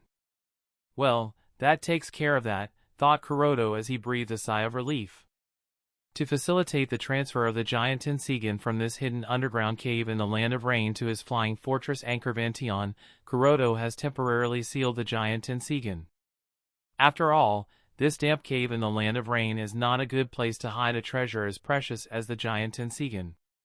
Moreover, keeping it here will also increase the number of places he must go to check up on things. Curoto doesn't have that kind of time on his hands, especially not with his position as the Godame Hokage. Also, this place is not secure enough, anyone could stumble upon it, causing problems for him in the future. Compared to this cave, Confronting is obviously a much better choice. It floats irregularly above the clouds around the borders of the Land of Water, making it almost impossible for anyone to notice. Thus, the giant Tenseigan will be safe there. Now the question is, which route should I take to transfer this thing to Confronting? As Curoto pondered this issue, suddenly, the memories and experiences of tonight's events in Konoha that his shadow clone had undergone flowed into his mind. After learning that not only the Mizukage and Reikage's entourage but even Naruto and Fu, who were sent to Mount Myoboku, were attacked and captured, Curoto was taken aback. Damn it, the two of them were supposed to be safe there, but it turns out that they were completely isolated at Mount Myoboku when Nagato appeared at that place. What should I do now? Muttered Curoto with a doubtful expression. Unlike the last time when he was captured by Orochimaru, this time Naruto is in danger. After all, Akatsuki is after the tailed beasts, therefore, they will definitely extract the 9 tails from his body and store it inside the demonic statue of Outer Path, which will undoubtedly result in Naruto's death. Naruto is the child of the prophecy and a shinobi with unlimited potential. So, no matter what, Curoto can't afford to have him get killed. But what can he do? First of all, Naruto should be at the newest base of the Akatsuki organization. But that's not the major problem. The major problem is the fact that that place would be crawling with all the members of Akatsuki. I can't just barge in there, muttered Curoto while shaking his head. Then suddenly, a light bulb appeared in his mind as his eyes landed on Aoki's puppet standing in front of him, and a smile appeared on his face. That's it. Chapter 919, Father Against Son. Konohagakure, the Land of Fire. Turning back the clock, let's return to the time when Curoto, the shadow clone, was still fighting against Sattorii. The battle between Curoto and Sattorii garnered a lot of attention. Everyone in Konoha was looking up at the sky, hoping and praying for Curoto's success. At the same time, another battle was unfolding within Konoha. However, unlike the battle between the Godame Hokage and Sattorii, this one remained unknown to the majority of villagers. There was only one person who bore witness to this hidden struggle. Nevertheless, what was at stake in this hidden battle was just as crucial. It held immense significance for the two shinobi locked in combat and for the woman who was both a devoted wife and a loving mother. Perhaps this battle is more painful for her to watch than any other. This is the battle between the Uchiha Patriarch and the heir of the Uchiha clan.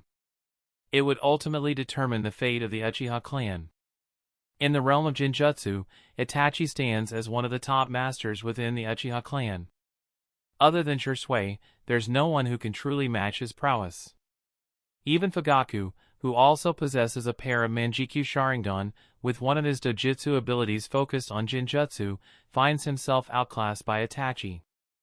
Furthermore, Itachi has undergone the Hashirama cell's implantation operation, enhancing the superiority of his visual abilities compared to Fugaku. However, despite these considerable advantages, Itachi has yet to secure victory, and there's a very good reason for that. The only reason he hasn't been able to defeat Fugaku thus far is that a few days ago, following Curoto's orders, he sealed half of his visual prowess in Elder Hyuga Aoyama's Byakugan using the transcription seal. This was done to set a trap for Hyuga Aoki. As a result, Itachi currently possesses only half of his visual prowess, making his battle against Fugaku quite challenging. Nonetheless, this doesn't mean he's going to be defeated. The fate of the Uchiha clan is hanging in the balance, and Itachi is willing to employ all his talents, tactics, and arsenal to compensate for the lack of visual prowess and secure victory. The blacks and whites of Fugaku's Jinjutsu typically influence the things and people within it, based on the good and evil in their hearts. However, for some mysterious reason, the blacks and whites of Fugaku's Yin-Yang prison world had no effect on Itachi.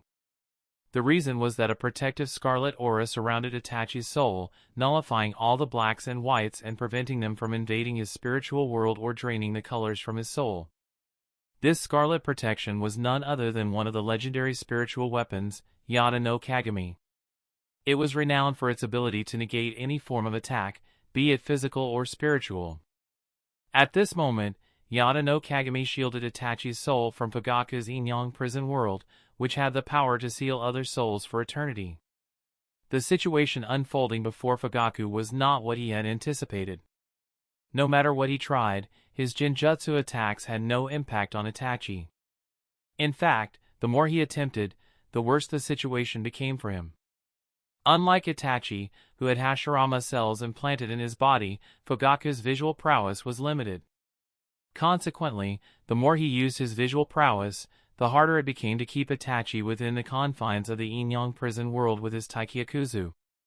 Soon enough, Fugaku found himself losing ground, as the once black and white world gradually transformed into a vivid scarlet hue. As if aware of his increasing disadvantage, Fugaku couldn't help but speak, "Itachi, I did not expect that your visual prowess would be so strong.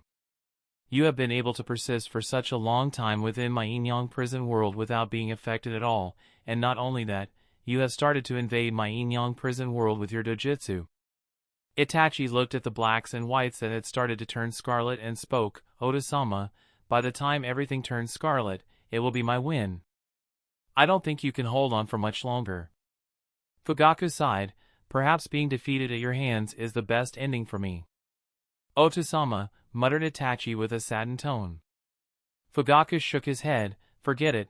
As the blacks and whites completely disappeared, he revealed his figure and walked towards Itachi, speaking in a calm tone, "Let's end this. Continuing this battle is meaningless, and I accept that you have won." Itachi nodded lightly as he retracted the protection of Yada no Kagami inside his body. At the same time, the invasion of Scarlet in the black and white world also stopped. After dealing with these matters, both Fugaku and Itachi simultaneously withdrew their visual prowess, and the Battle of Jinjutsu came to an end. Mansion of the Uchiha Patriarch, Uchiha District. The father-son duo of Fugaku and Itachi stood opposite each other, locked in a battle that would determine the fate of the Uchiha clan. Makoto, Fugaku's wife, and Itachi's mother, sat silently nearby, waiting for the outcome. Regardless of the result of their battle, she was prepared to accept her fate. As Makoto observed, Fugaku's stance suddenly weakened, and he knelt on the ground, his breath heavy. At the same time, Itachi staggered but managed to remain on his feet, though his breathing was also labored. Makoto understood the outcome by looking at their states, but she remained quiet, sitting beside Fugaku. After catching his breath, Fugaku calmed down and listened to the sounds from outside the mansion. What reached his ears were curses and painful cries from his fellow clansmen. The harsh sounds made it clear that the coup d'état had failed. However, Fugaku took some solace in the fact that most of them, even if injured, were still alive. If they weren't, there would be silence instead of curses and cries. As the one who had led the coup, Fugaku knew what fate awaited him. With a sigh, he mentally prepared himself for what was to come. "It seems that the path I was taking was doomed to fail," he admitted.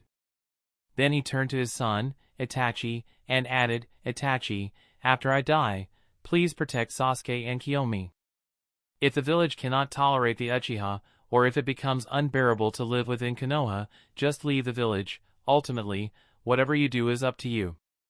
You have the Manjikyu Sharingan, so you are capable of protecting yourself. Make sure to live, and don't lose yourself to the desire for power like I did, Fugaku advised his son, his voice heavy with regret. Mikoto smiled gently and added, also, make sure to marry Azumi and have many grandchildren. We will be watching over you. It was clear that Mikoto was prepared to face whatever fate awaited her alongside her husband.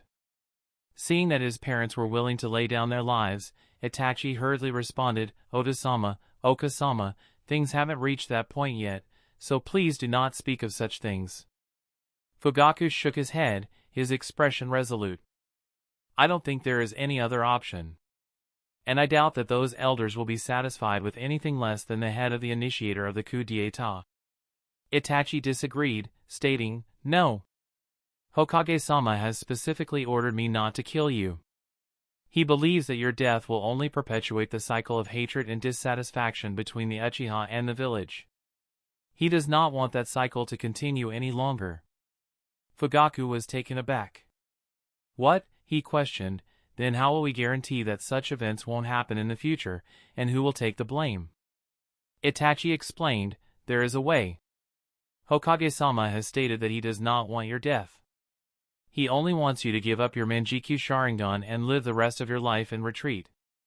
If you agree to do so, tonight's events will be treated as if nothing ever happened, and the Uchiha will not be held responsible for anything.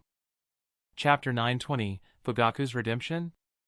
Give up my Manjikyu Sharingan? Fugaku muttered with a sneer. He continued, saying, Humph, so it's all for the Manjikyu Sharingan, they really are coveting these eyes. I would rather destroy my Manjikyu Sharingan than give it to them. He began to gather chakra in his eyes, seemingly intent on burning them. Fugaku was determined not to let anyone use his eyes. Itachi hurriedly clarified, Oto-sama, wait. You are misunderstanding. You only need to give up the Manjikyu Sharingan, it will not be handed over to the village. The one keeping these eyes will be me. You will be keeping my eyes? Fugaku was surprised and questioned, do you think that those elders will accept this? Itachi replied with a smile, they will be told that Amatsukami has stolen your eyes. A few days ago, during their planning to deal with the entire Uchiha coup d'etat situation, Curoto and Itachi had a lengthy discussion about Fugaku's Manjikyu Sharingan. If Sasuke were to awaken the Manjikyu Sharingan, which was highly likely, there would be 3 pairs of Manjikyu Sharingan connected by blood relationship. Among these 3 pairs, 2 could be fused to awaken the eternal Manjikyu Sharingan. In the original Naruto story, after the Uchiha clan's annihilation, the pair of Manjikyu Sharingan in Fugaku's eyes disappeared, likely because he destroyed his eyes to ensure that Konoha would never get their hands on them. This led Itachi to give up his own eyes for Sasuke, a significant sacrifice. However, in this world, such an outcome wouldn't be acceptable since Itachi's strength is considered crucial. Curoto, not wanting the cycle of hatred between the village and the Uchiha clan to escalate, also doesn't want Fugaku to die. Instead, it's decided that Fugaku, the leader who planned the coup d'etat, should be punished but not killed. To achieve this, Fugaku's source of strength, his Manjikyu Sharingan, would be taken away. Taking away Fugaku's eyes, the root of his power, not only appeases the other leaders of Konoha but also provides the opportunity to create a pair of eternal Manjikyu Sharingan. The decision has been made to use Fugaku's Manjikyu Sharingan to give birth to this powerful new set. As for whether Itachi or Sasuke will ultimately use Fugaku's eyes, Curoto has yet to finalize that decision. Considering that Sasuke is the reincarnation of Akatsuki Indra and possesses the ultimate In chakra in his body, there's a strong possibility that he will awaken the Rinnegan in the future. Therefore, it makes sense to transplant Fugaku's eyes into Sasuke to help him awaken the eternal Manjikyu Sharingan and prepare him for the eventual awakening of the Rinnegan. Upon hearing Itachi's words, Fugaku halted. You will be safe keeping my eyes? While Amatsukami will carry the blame, he questioned skeptically. But will Amatsukami recognize this? Itachi reassured him, rest assured, Oto-sama. Hokage-sama has reached an agreement with Amatsukami, and these were his terms, so there is no problem. Amatsukami has accepted it and given their word. Fugaku remained skeptical and expressed his worry. Can Godame really prepare such an elaborate plan? Itachi, you must be careful, this could also be a trap. Due to being deceived by Sarutobi Hiruzen multiple times, Fugaku developed a deep mistrust of the Hokage faction. He couldn't help but be wary that this might be another form of deception. Itachi responded with a smile, I was present with Hokage-sama when he discussed the details with Homusubi, so I know that there is no problem. He added, no Uchiha clansmen stepped out of the Uchiha district tonight, those who did have already been killed by Amatsukami. In the end, the Uchiha clan did not rebel tonight, instead, they were attacked by Amatsukami for their Sharingan. Fugaku questioned, was everything arranged by Godame? Yes, Itachi nodded and explained, so, as long as you give up your Manjikyu Sharingan, resign from the position of the patriarch of the Uchiha clan as well as the captain of the Konoha military police force, and live the rest of your life in retreat, there will be no problem.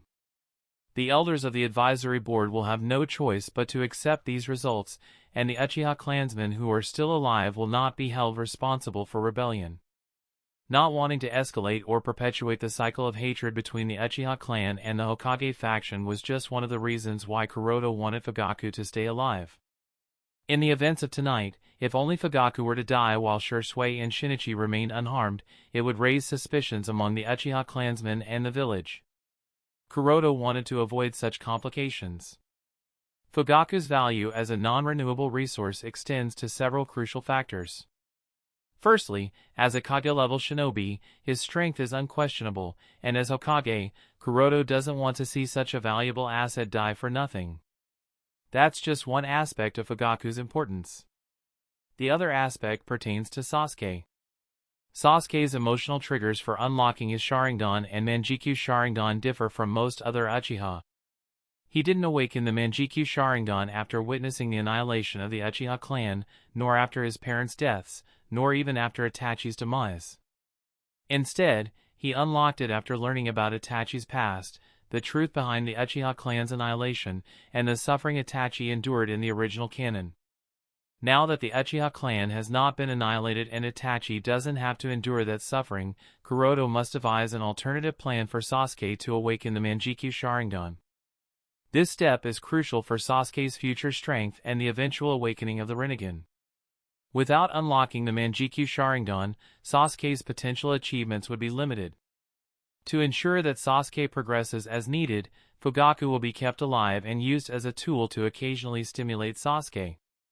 These stimuli will drive Sasuke to pursue strength and ultimately unlock the Manjikyu Sharingan in the future. Kuroto's motivation for taking these actions on behalf of Sasuke is straightforward. The future is uncertain, and the world he now finds himself in is vastly different from what he remembers in the original canon. Given this unpredictability, it's prudent to have as many strategic advantages as possible. Curoto recognizes the exceptional potential in several young individuals, including Naruto, Sasuke, Rock Lee, Karin, Cheyenne, Maya, and Neji. He is determined not to let their potential go to waste. Throughout the millennia-long history of the shinobi world, very few have qualified to reach the level of the Six Paths. For most shinobi, their potential and upper limits are largely predetermined by factors like their bloodline, clan, parentage, and available resources. Even exceptional talents like Orochimaru, often considered a once-in-a-generation prodigy, struggle to ascend to the level of a Super Kage, let alone the Six Paths. However, in the next generation, several children possess such extraordinary potential, Naruto, Sasuke, and Karin among them. These children are Kuroto's trump cards. To ensure their growth and strength, Curoto believes they must undergo the necessary trials and tribulations, for true strength is often forged through suffering. Uchiha Fugaku's continued existence will become a source of Sasuke's suffering, pushing him to his limits. In this way, Fugaku's redemption takes the form of serving as a catalyst for Sasuke's growth. Chapter 921, Giving Up the Manjikyu Sharingan. With a confident smile on his face, Itachi reassured Fugaku, "So, as long as you give up your Manjikyu Sharingan, there will be no problem." Hearing this, Fugaku contemplated for a moment and then nodded, saying, "Very well then." He proceeded to remove his own eyes with his own hands and handed them to Itachi for safekeeping. As Itachi looked at his father's empty eye sockets and the trail of blood on his cheeks, tears welled up in his own eyes. Mikoto approached Itachi, wiped away his tears, and offered a gentle smile. She said, "The fact that we can live and won't have to bear the disgrace of being traitors, this is already the best outcome for your father and me." Itachi, despite understanding that this was the most forgiving option for his father given the circumstances, felt the pain of making his father go through such a sacrifice. Mikoto continued with a sense of responsibility, "From this moment forward, the responsibility of the clan is on your shoulders. It's okay to be yourself in front of us because we're your parents, but never show any weakness in front of others." Itachi nodded, his determination clear in his eyes. I understand." He carefully stored the pair of Manjikyu Sharingan he had received and then bowed deeply. "Oto-sama, Oka-sama, please rest assured. I will protect the Uchiha clan, and I will never let anyone disgrace us." Fugaku acknowledged this with a nod. "Good." He waved his hand, indicating that their conversation had come to an end. "Now that that's out of the way, you don't have to stay here anymore. Go and clean up all the mess." "Yes," said Itachi as he promptly left the patriarch's mansion. Once outside, he retrieved a signal flare and shot it into the night sky. Boom! The bright flash illuminated the darkness of Konoha's night, a signal for the next steps in the plan. On the long streets of the Uchiha district, Shisui, masked as Homasubi, observed the bright flash in the sky. He let out a relieved sigh, saying to himself, "Finally, it's over."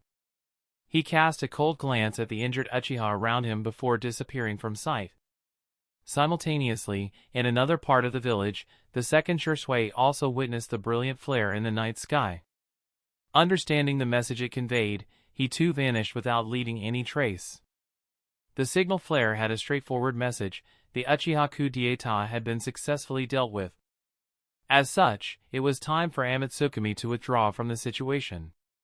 Outside the Uchiha district, due to various reasons, including Jiraiya's injuries, Kakashi had been summoned by Elder Hiruzen for another critical mission. Asuma had taken charge, leading several ANBU squads to eliminate the rogue shinobi, bounty hunters, and wandering samurai who had gathered outside Konoha. Meanwhile, Curoto and Tsunadeheim were confronting the unexpected threat of Sattorii outside the village. As a result, the responsibility for monitoring and executing the follow-up plan against Uchiha's coup d'état fell squarely on Yui's shoulders. Yui, accompanied by members of the Hokage platoon and Shizune, was leading the ANBU operatives tasked with monitoring the Uchiha district. While her concern for Curoto weighed on her mind, Yui suddenly observed a brilliant flare that had inexplicably burst forth in Konoha's night sky. She mused, "This must be the signal flare sent by the Akatsuki members." Shizune inquired cautiously, "Are you certain?" Yui nodded confidently, "Absolutely. Curoto-kun briefed me on all the details. The Uchiha clan's coup d'état should have been successfully thwarted, and it's time for us to commence the rescue operation." Shizune expressed her doubts, but with 3 Manjikyu Sharingan users within the Uchiha clan, did Akatsuki manage to defeat them without causing any commotion or unrest? Shizune's skepticism was entirely reasonable, and those present, except for Yui and the members of the Hokage Guard platoon, privy to the secret that Uchiha Shisui, Uchiha Shinichi, and Uchiha Itachi had allied themselves with the village, were compelled to contemplate it. No one doubted Akatsuki's prowess in defeating the 3 Manjikyu Sharingan-wielding Uchiha. However, the absence of any signs of struggle or commotion puzzled them all. There were no echoes of ninjutsu, no clash of swords, not even a glimpse of Susanoo, the ethereal guardian. This peculiar silence sent shivers down their spines. Even if the Uchiha clan had been taken by surprise, they were on the brink of war with Konoha, which should have kept their vigilance at its peak. The element of surprise might have worked on some Uchiha shinobi, but it seemed implausible that it could incapacitate top-tier warriors like Shisui, Shinichi, and Fugaku. Yet, the entire coup had apparently been quelled. Contemplating the level of skill required to achieve such a feat was nothing short of horrifying. Even if they were aware of the situation, Curoto had sternly instructed them not to divulge this information to anyone else. Thus, when faced with Shizen's doubts, they could only wear troubled expressions, as if grappling with an insurmountable dilemma. Finally, Kurenai turned her gaze to Yui, the one in charge, and inquired, "Yui, what course of action should we follow?" After a brief moment of reflection, Yui spoke, "I'm uncertain about the situation inside, given that the Uchiha clan has taken precautions against the penetrative vision of the Byakugan. Anything could be transpiring within those walls. Nonetheless, I have faith in Kuroto-kun's plan, and we shall diligently execute his directives." Everyone nodded in agreement, saying, "Very well." Under the protective escort of the Hokage platoon and ANBU, Yui led dozens of Irionin into the heart of the Uchiha district.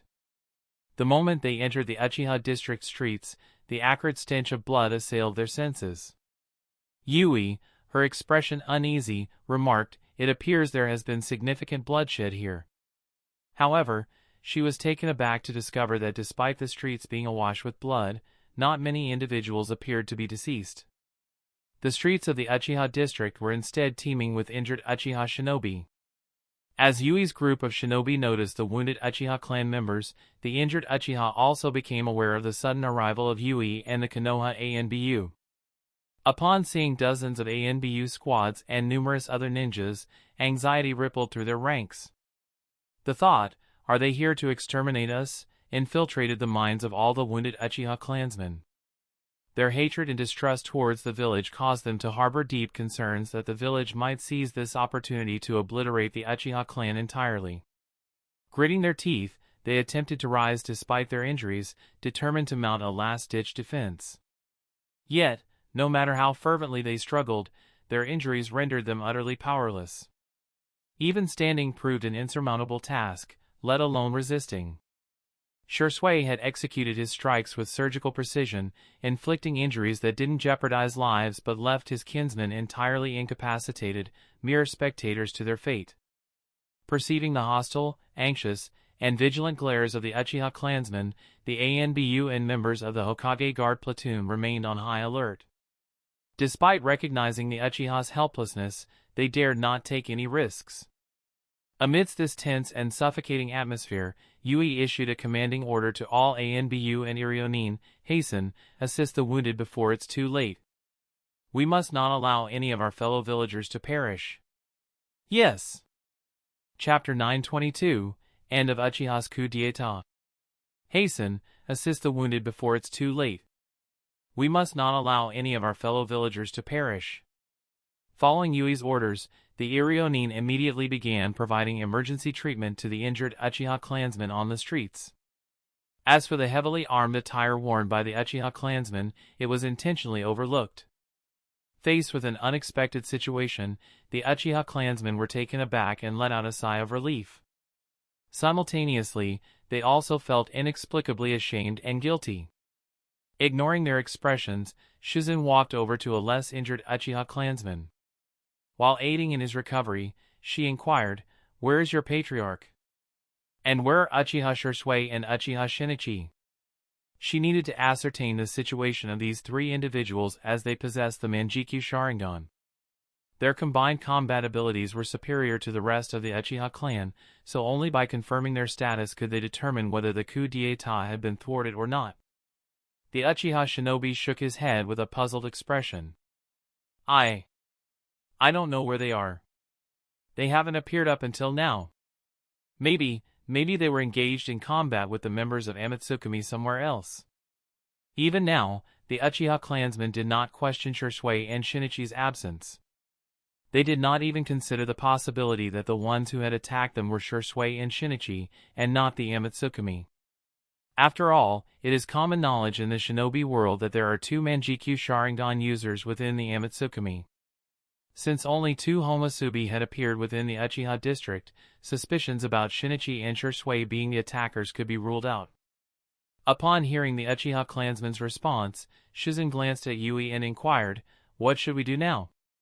After a moment of reflection, Yui directed the Hokage guard platoon, split up and find them Uchiha Shursui, Uchiha Shinichi, Uchiha Fugaku, and also Uchiha Itachi.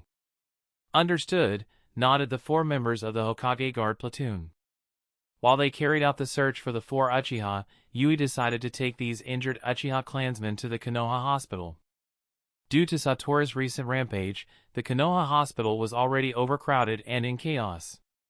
Consequently, when the injured Uchiha clansmen were brought in, they went unnoticed by the ordinary villagers. With a shortage of available rooms, many Uchiha clansmen with less severe injuries were accommodated in the main hall alongside the regular patients. Izumi, who was overseeing the Konoha hospital in the absence of Tsunade Hime, Yui, and Shizune, felt relief as tears streamed down her cheeks. They are all alive. The coup d'état did not take place. While unable to control her tears, Izumi looked around with worry and panic, asking everyone, what happened to them? Did Sattorii also attack them? Izumi had brought Kiyomi to the Konoha hospital a while ago, so she had witnessed Sattori's sudden appearance in Konoha that had caused havoc. Izumi wiped her tears and said to Kiyomi, "Now is not the time to dwell on that issue. Let's focus on helping everyone. As for what transpired within the clan, we can try to figure that out later." But Kiyomi began to argue, but then she noticed Fugaku and Mikoto in the crowd and rushed toward them. Watching Kiyomi embrace Mikoto, Izumi felt relieved and concentrated on aiding the injured. While Yui supervised the medical treatment at the Konoha hospital, a team of Anbu rushed in, escorting the entourage of the Mizukage. While the Irionin provided necessary medical care to the Mizukage's entourage, Yui questioned one of the Anbu, "What happened to Sattorii?" The Anbu replied, "Yui-sama, Hokage-sama has defeated Sattorii without sustaining any injuries, and the sealing squad led by Tsunade-sama has successfully sealed it, so there's no need to worry about them." Great! Hearing the Anbu's report, Yui's tension finally eased, and she let out a sigh of relief. She immediately asked, "Then where's Curoto-kun?" Actually. The Anbu seemed uncertain about how to answer her question. Kurenai, standing beside Yui, sensed that something was amiss and inquired, "What's happened?" The Anbu had no choice but to respond, "Please forgive us. I'm sorry, but we don't know where Hokage-sama has gone." "What do you mean?" Yui asked with a furrowed brow. The Anbu shook his head. "I don't know. Perhaps only Elder Hiruzen and the others can provide an answer." Curoto left with the words, "Let's not abandon hope just yet," and hastily departed without explaining anything to Elder Hiruzen or the others, so no one in Konoha knows where he went. Alongside the injured Uchiha clansmen and ordinary villagers, Asuma's team was also brought to the Konoha hospital by the Anbu. Their unexpected encounter with the fleeing puppet of Aoki had left Asuma and the Anbu squads he had led to eliminate the threat of bounty hunters, wandering samurai, and rogue nin injured, with various burns. Upon their arrival at the Konoha hospital, they too were placed in the main hall for treatment due to the limited number of available rooms, which were already occupied by patients with more severe injuries. Covered in bandages, Asuma held a cigarette in his mouth and searched his pocket for a lighter, only to realize that it had been lost during the fight against the unknown enemy. Unable to find a light, he turned to an injured villager beside him and asked, "Hey, man, do you have a lighter?" Uchiha Shin, wrapped in bandages just like Asuma, also searched his pockets and handed over a lighter, saying, "Here you go." As the lighter was passed between them, both parties recognized each other's identities. Asuma was taken aback. He hadn't expected that the injured person lying next to him would be one of the Uchiha clansmen. After taking the lighter, lighting his cigarette, and taking a puff of smoke, he pondered for a moment before asking, "What happened to you?" Uchiha Shin accepted the cigarette, took a drag, and replied, "I was attacked by a lunatic." "How about you?" He then passed the cigarette back to Asuma. Asuma took another drag and let out a sigh. "I was attacked by a psychopath." "It seems neither of us had good luck tonight," Uchiha Shin remarked with a troubled expression. Asuma couldn't help but think, Why do I feel that it's quite the opposite, as he observed the other injured people in the hall. It was surprising to see the injured Umbu and the injured Uchiha clansmen chatting and even laughing at each other's misfortune. Perhaps it was because both sides had suffered tonight at the hands of foreign enemies, allowing them to set aside their pride and differences and converse harmoniously. However, this harmonious atmosphere made Asuma feel somewhat awkward, as he was aware of the events that were going to transpire tonight. If Curoto hadn't brought Amatsukami into the picture, the two sides that were chatting and laughing would have been at each other's throats, and Konoha might have descended into the flames of a civil war. However, Amatsukami's involvement changed the situation entirely. Simultaneously, Asuma also noticed that the ordinary villagers coming and going from the hospital, as well as the medical staff at the Konoha hospital, didn't treat the injured Uchiha with suspicion. This indicated that the coup d'état had been thwarted without causing much commotion. The rebellion of the most powerful clan had ended in such a manner that, had Asuma not witnessed the results himself, he wouldn't have believed it. Who would have thought that Kuroto's plan would work so effectively? Perhaps this is the best possible outcome for the Uchiha's coup d'état, thought Asuma with a sigh of relief as he closed his eyes and drifted into sleep. Chapter 923, Coup d'état Aftermath. The roof of the Hokage building, Konohagakure. After reading the report sent by Yui, Tsunadeheim spoke. When she led the Umbu and the Irionin into the Uchiha district, the rebellion was brought to an end by the Amatsukami, but there was no trace of Amatsukami in the Uchiha district. Those who could be treated within the premises received emergency medical care, while others with more severe injuries were transported to the Konoha hospital, and currently, she is overseeing their treatment. Elder Hiruzen nodded and said, "Fair enough." He then inquired of the Umbu, "What is the number of casualties among the Uchihas?" Most of the Uchiha shinobi had injuries mainly in their hands and legs, making it difficult for them to stand or hold their weapons. As for the confirmed number of fatalities so far, it's only 7. The Umbu handed a list of the deceased to Elder Hiruzen. Only 7 casualties among hundreds of Uchiha clansmen? Elder Hiruzen expressed his surprise. The number of casualties was significantly lower than he had anticipated. Confused, he glanced at the list with a frown. Uchiha Naoto, Uchiha Minoru, Uchiha Tanaka, and these 4 other Uchihas, all 7 of them. All 7 of the confirmed deceased Uchiha clansmen were headstrong radicals within the Uchiha clan.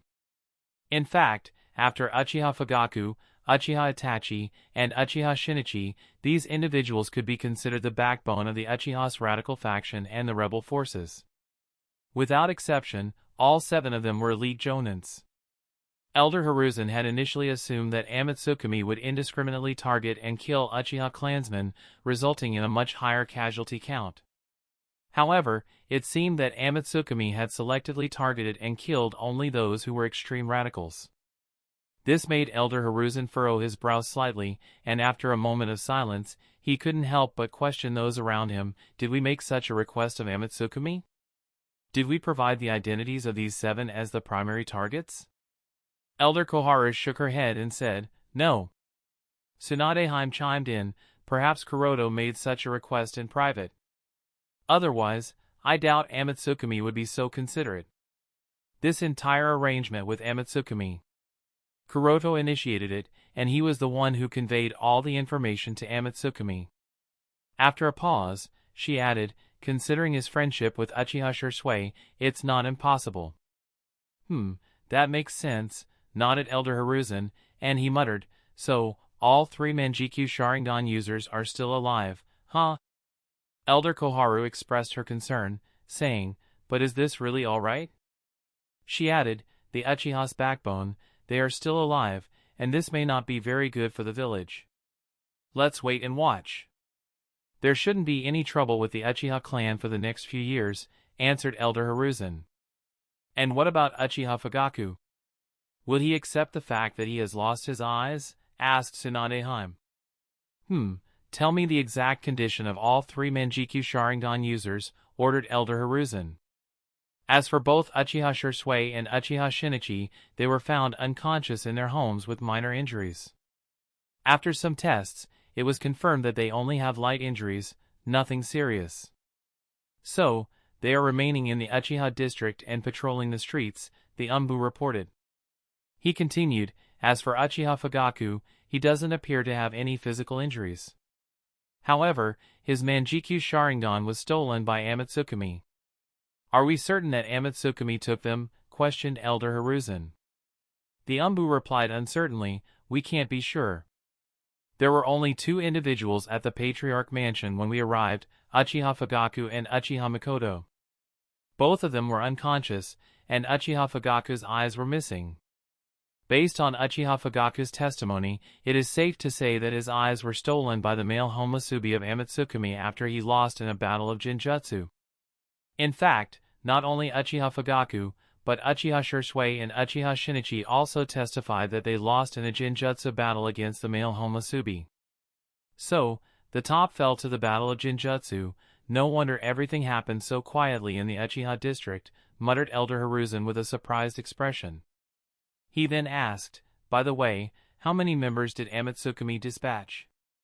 The Umbu replied, based on the testimony of the injured Uchiha clansmen, it seems that none of the other members of Amatsukami participated in this besides the Homusubi, and since we didn't find any signs of any other members' involvement, we can confirm that it was only the 2 Homusubis of Amatsukami who participated. Only the 2 Homusubi handled the entire Uchiha clan? Everyone was stunned. The Umbu added, based on these details, we can be certain that the male Homusubi dealt with Uchiha Shisui, Uchiha Shinichi, and Uchiha Fugaku, while the female Homusubi dealt with the other Uchiha clansmen.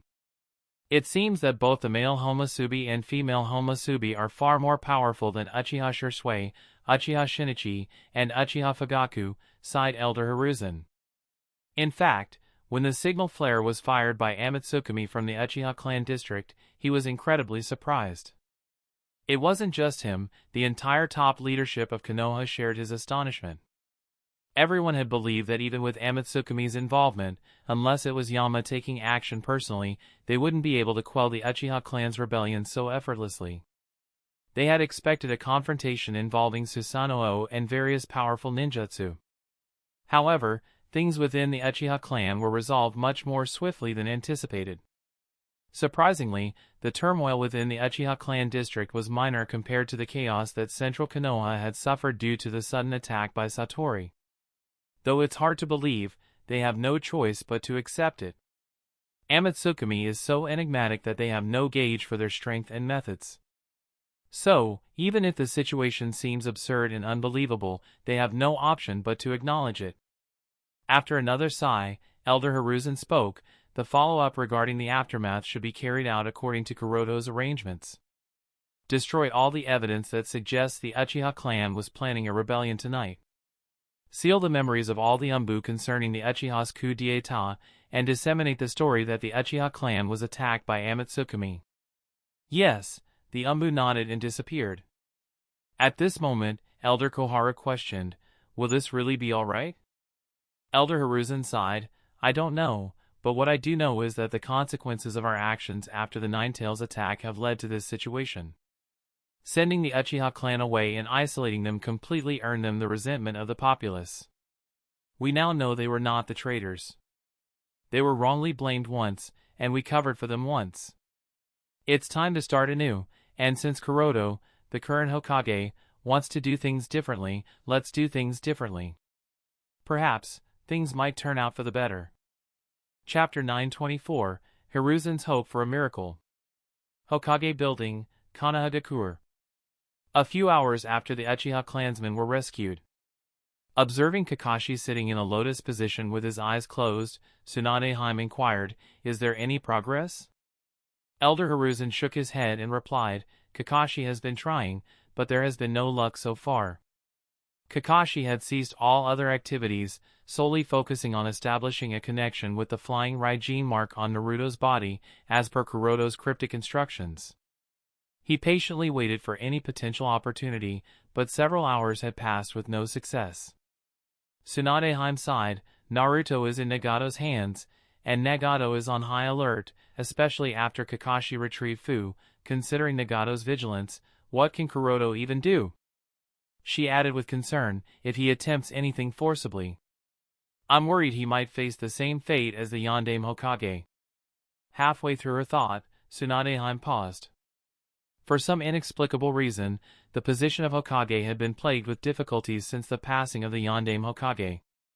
Within a mere decade, there had been significant turmoil within the Hokage's office, with the officeholder changing 3 to 4 times. She genuinely hoped that Curoto wouldn't follow in Yondaime's footsteps so soon, and this worry weighed heavily on her. However, the problem is that they don't know where Curoto is.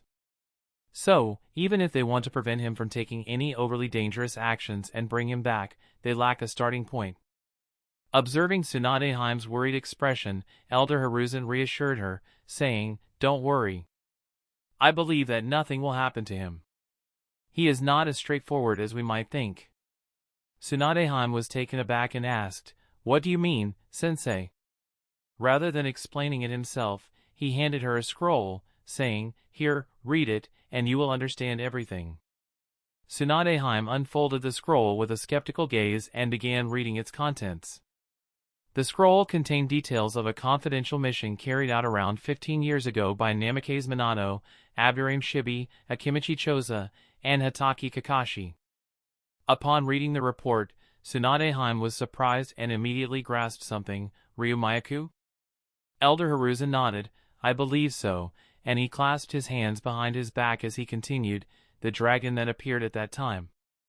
I believe the source of chakra used to create that dragon is Ryumaku, which Minato sealed in Rorin 15 years ago." When he saw the dragon appear, Elder Hiruzen vaguely sensed a feeling of familiarity. After all, the shinobi world is neither too big nor too small, and sources of such impressive chakra are limited. Therefore, after Sattorii was successfully sealed, Elder Hiruzen delved into the documents detailing these sources of chakra. Because he had visited Rorin when he was young, he possessed some knowledge about Ryumaku, enabling him to connect the dots. Upon learning this information, Tsunadeheim murmured, "So, this means that Curoto was behind the disappearance of Ryumaku around 10 years ago all along?" The mysterious vanishing of Ryumaku and the Rorin tribe had been a significant enigma, and to this day, these mysteries remain unsolved. One reason for this lack of resolution was that neither Konoha nor any other major shinobi village had sufficient resources to devote to it, given the presence of Akatsuki and Amatsukami. However, the undeniable fact was that Ryumaku had disappeared, and the culprits responsible remained unknown. Elder Hiruzen nodded and concurred, "It's most likely him." Tsunadeheim pondered for a moment before asking, "But how did Curoto manage to break the seal that Minato had used to isolate Ryumaku?" I doubt he had access to advanced Fuinjutsu knowledge at that time. After all, he had just been promoted to Special Jonin and had recently joined the Umbu. Namikaze Minato had the opportunity to learn Fuinjutsu from Uzumaki Kushina due to their romantic relationship, but that wasn't the case for Curoto. As a Hyuga, he didn't typically learn Fuinjutsu. Tsunadeheim doubted that Orochimaru would have taught Curoto Fuinjutsu at such a young age, especially since Fuinjutsu was never Orochimaru's specialty. He did have access to it, and the one who provided him with advanced Fuinjutsu knowledge was none other than me, murmured Elder Hiruzen as he began to explain the details. At that time, Konoha and Kumo were engaged in a war, and there was significant pressure on Konoha's borders. To hinder Kumo's advances, Elder Hiruzen entrusted Kakashi's Umbu squad with a secret mission. Their task was to infiltrate deep into the Land of Lightning and sabotage a warehouse storing essential food resources. Because the mission's difficulty level was exceedingly high, Elder Hiruzen made an exception and granted the 4 members of Kakashi's squad access to an A-rank jutsu archive. Among them, Kakashi and Shisui chose ninjutsu, Guy chose taijutsu, and Curoto selected Fuinjutsu. Specifically, he opted to learn the double tetragram seal, which coincidentally served as the foundation for the Fuinjutsu that Minato had used to seal Ryumaku. Coincidence? I think not, remarked Elder Hiruzen. Although he had been surprised by Curoto's interest in mastering an A-rank Fuinjutsu, he hadn't given it much thought at the time. However, he now questioned the intent behind Curoto's desire to learn the double tetragram seal, particularly since Ryumaku mysteriously vanished a few months after Curoto received the scroll. But even if he learned the double tetragram seal, he wouldn't have had the power to control Ryumaku back then. It contains an immense amount of natural energy, and anything that comes into contact with it has a high likelihood of being corrupted and turned to stone. So how did he manage to control Ryumaku? Inquired Tsunade. It's possible that it took him a considerable amount of time to gain control, and I don't discount the possibility that he might have learned Senjutsu as well, replied Elder Hiruzen. Tsunade shook her head, saying, that's highly unlikely. Senjutsu is no laughing matter. The only individuals known to have mastered it are my grandfather and Jiraiya. And Naruto, don't forget that kid. If he can learn Senjutsu at such a young age, there's no denying the possibility that others can learn it too. The fact of the matter is that we know too little about Senjutsu and Sennin mode, so we can't be sure whether he learned it or not, Elder Hiruzen pointed out. He continued, and it's not just Senjutsu, there are many aspects that don't add up. I've checked the entry and exit records for the time when Ryumaku went missing. During that time, Curoto was unquestionably in the village, with no records of leaving, so how did he come in possession of Ryumaku? Moreover, he was merely a newly promoted special jonin who had recently joined the Umbu. He shouldn't have had the capability to break the seal Minato used to control Ryumaku's power, nor should he have possessed the knowledge of Senjutsu. In fact, he shouldn't even have had access to classified information about Ryumaku's existence, let alone any reason to desire it. Yet, after a decade-long disappearance, Ryumaku appeared in his hands tonight. This is an undeniable fact, Elder Hiruzen concluded. Now that you mention it, mumbled Tsunade with a pensive expression. Regardless of how Ryumaku ended up in Kuroto's possession, the fact remained that he had it. And as long as this fact held true, Curoto remained a prime suspect in the theft of Ryumaku. This is why I'm saying, don't underestimate him as someone clueless about his actions. Time and time again, I've come to realize that Kuroto's mind is exceptionally sharp, and most of the time, he doesn't act without a well-thought-out plan, which means, when he said, let's not give up hope just yet, there's a chance we can still rescue Naruto. Elder Hiruzen declared, his gaze fixed on the horizon with hopeful anticipation. He understood that he was clinging to the possibility of a miracle, but miracles did happen on occasion, and he hoped that tonight would be one of those nights. Chapter 925, Sneaking in Akatsuki's New Base. Whoosh! Whoosh! Amidst the bursts of air-cutting sound breaking through the air, the puppet of Hyuga Aoki traveled through the terrain of the Land of the Rain as he made his way toward the Land of the Grass. Unexpectedly, despite being a puppet, it is quite nimble and easy to control. It seems Sasori did put a lot of effort into meeting Aoki's requirements. The puppet muttered. The one controlling the puppet wasn't Hyuga Aoki. How could he be controlling the puppet? He is already dead and turned into dust. Heck, even his dust has been buried several feet under the ground in an unknown region of the Land of Rain. So yes, the one controlling the puppet is Hyuga Curoto, and he is surprised to find how easy it is to control his puppet. He doesn't know the details about the materials Sasori might have used to make this puppet. However, it is safe to say that all the materials used are the best of the best this continent has to offer. As for the reason why Curoto is controlling this puppet to make his way to the Land of Grass, it's to try and rescue Naruto. Because Curoto has read Aoki's memories through the memory ball, therefore, he understands not only the terms of cooperation between him and the Akatsuki organization but also knows where their current base of operation is located. When Curoto learned from the memories of his shadow clone that Naruto was captured by Nagato, he devised the plan of sneaking into the Akatsuki organization's base of operation as Hyuga Aoki's puppet and using the element of surprise to create an opportunity for Kakashi so that he could rescue Naruto. With such a thought, Aoki or Curoto speeded up and quickly arrived in the hinterlands of the Land of Grass. Based on the information Curoto had extracted from Aoki's memory ball, Curoto knows that the new base of operation of the Akatsuki organization is somewhere within the mountain range of the northwest of the country. Of course, this is not their only base of operation. There are several other bases, but this is the base that Aoki is supposed to know, and is supposed to come here after this operation. That's why he has come here. Because there are multiple bases, so whether he will be able to encounter Naruto or not depends on luck. Hopefully Nagato and Conan did not take Naruto somewhere else, otherwise things will get messy, muttered Curoto as he proceeded toward his goal. When traversing through the lands of the Land of Grass, Curoto became cautious, not because there is a possibility of encountering other members of Akatsuki organization, but because there is a possibility of encountering shinobi of Kusagakure. This is something of a code of conduct within the Akatsuki these days: never let anyone unknown notice your movements, and all the members are following this code of conduct, so he too has to this code of conduct, lest he might get noticed by some Kusagakure shinobi. Although he can easily deal with them even if they do notice him, he wants to avoid any kind of hassle if at all possible. Traveling carefully, Curoto soon arrived at the mountain range. The mountain range that the Akatsuki organization is one of the biggest mountain ranges on this continent, and it covers not only the Land of Grass, but also spans across the Land of Earth and many other countries with rocky and mountain terrain. It wouldn't even be far-fetched to say that it is tens of thousands of miles long. If not for Aoki's memory, finding their base in this place would have taken a lot of effort, thought Curoto with a sigh as he looked at the horizon. The morning light of the sun had lit the horizon, dispersing the haze and darkness of the night.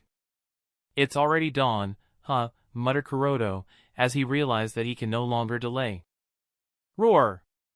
As he approached the base of Akatsuki, a roar resounded through the mountains. Hearing the roar, Curoto couldn't help but mutter, "This is a tailed beast, right?" It wasn't difficult to figure out that this is the roar made by a tailed beast when it is fully released.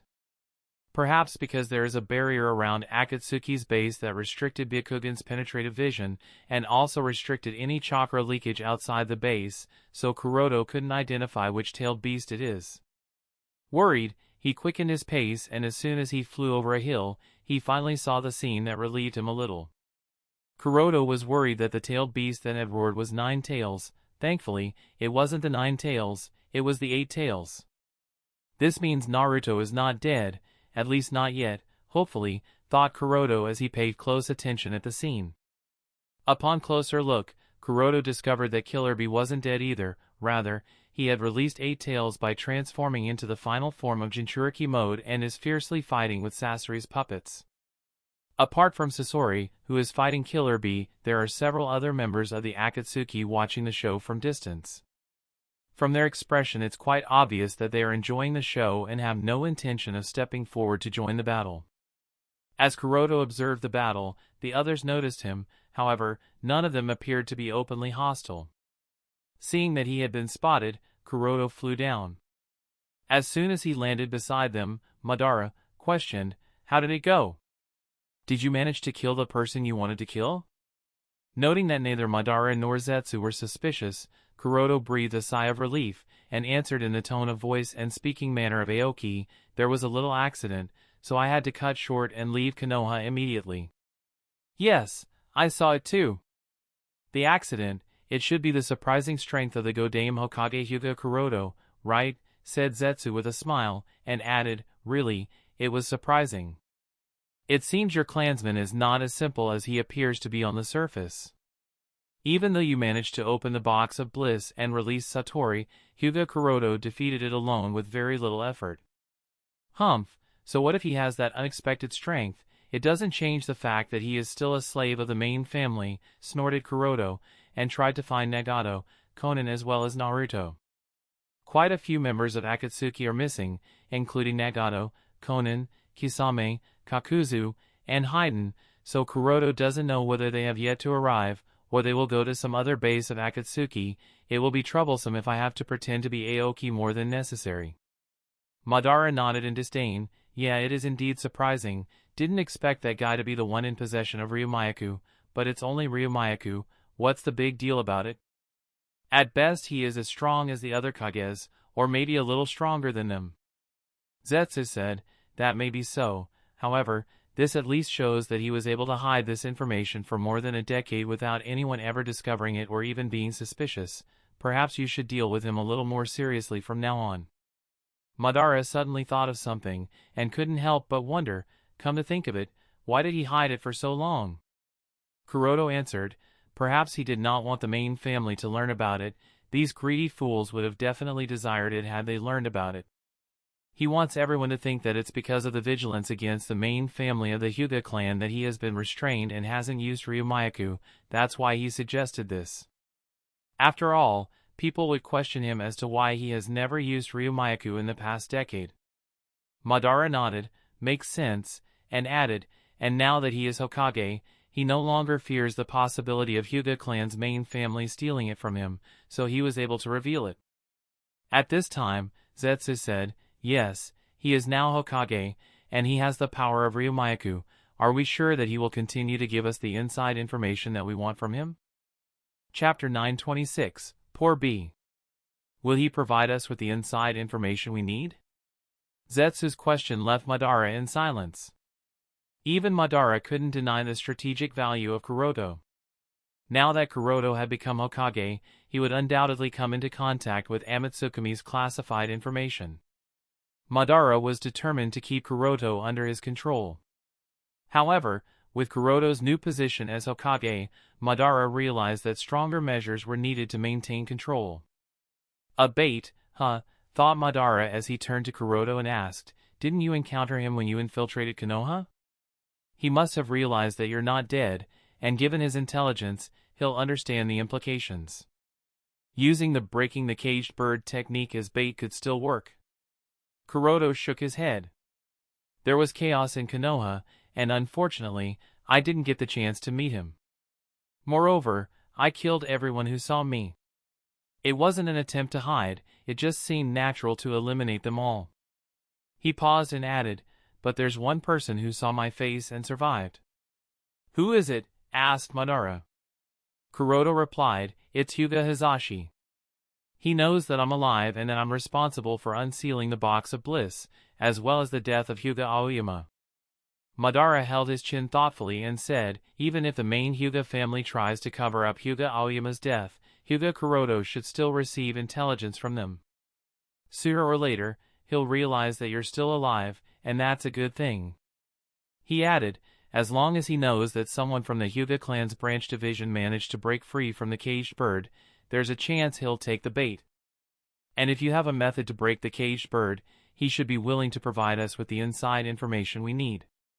Curoto questioned in a peculiar tone, how can you be so sure? Madara folded his hands over his chest and replied with confidence, I know him. I understand him better than he understands himself, and I'm certain he'll take the bait. Well, if you say so, shrugged Curoto with a smile, then pointed at the Eight Tails and asked, by the way, what's going on with this thing? Oh, this. When I went to capture him, Raikage and the villagers were being quite meddlesome, so I didn't have enough time to subdue him. You know, what if Amatsukumi were to appear? Their arrival would have disrupted our plan. So, I used a technique to temporarily immobilize him and retreated, explained Madara. He added, now that we're at the base, I was planning to deal with him. But you see, Sasori was quite frustrated. He failed to get his revenge on Hyuga Curoto, and he also failed to capture the Jinchuriki of the Three Tails.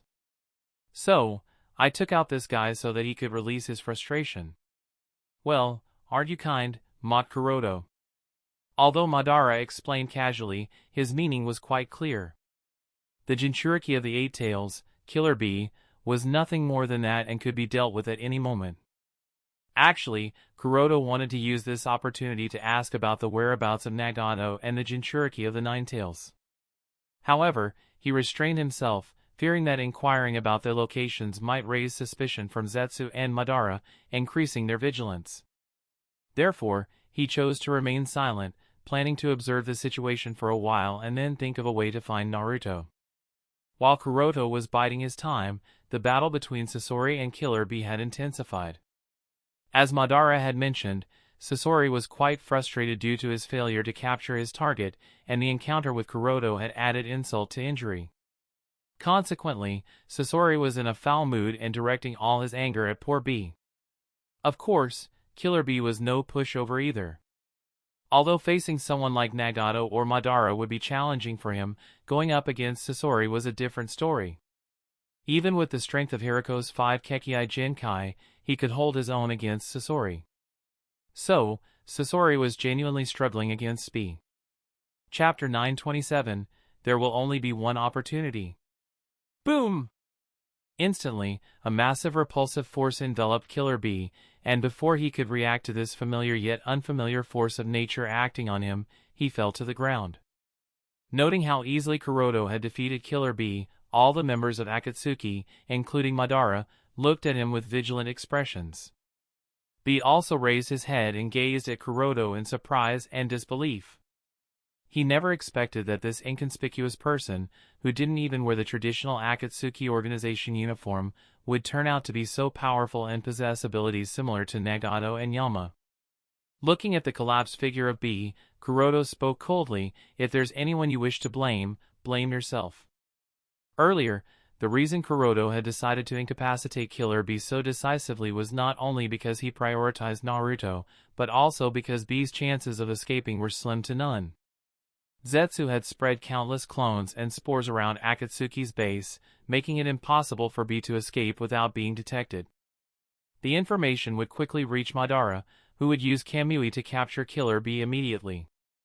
Unless it's something like teleportation or flight, Killer Bee simply has no chance of escape.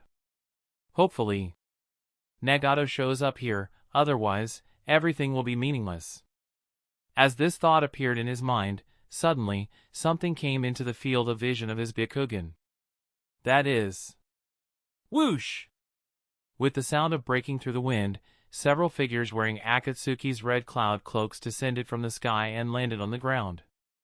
The one at the forefront was none other than Nagato, carrying the unconscious figure of Naruto, with Conan and Deva Path following behind. Seeing Nagato's sudden arrival, Curoto was taken aback and breathed a sigh of relief.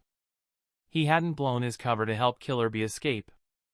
If he had, not only would Nagato have prevented Killer Bee's escape, but he would also have grown vigilant against Curoto and watched over Naruto, making it impossible for Curoto to recover Naruto.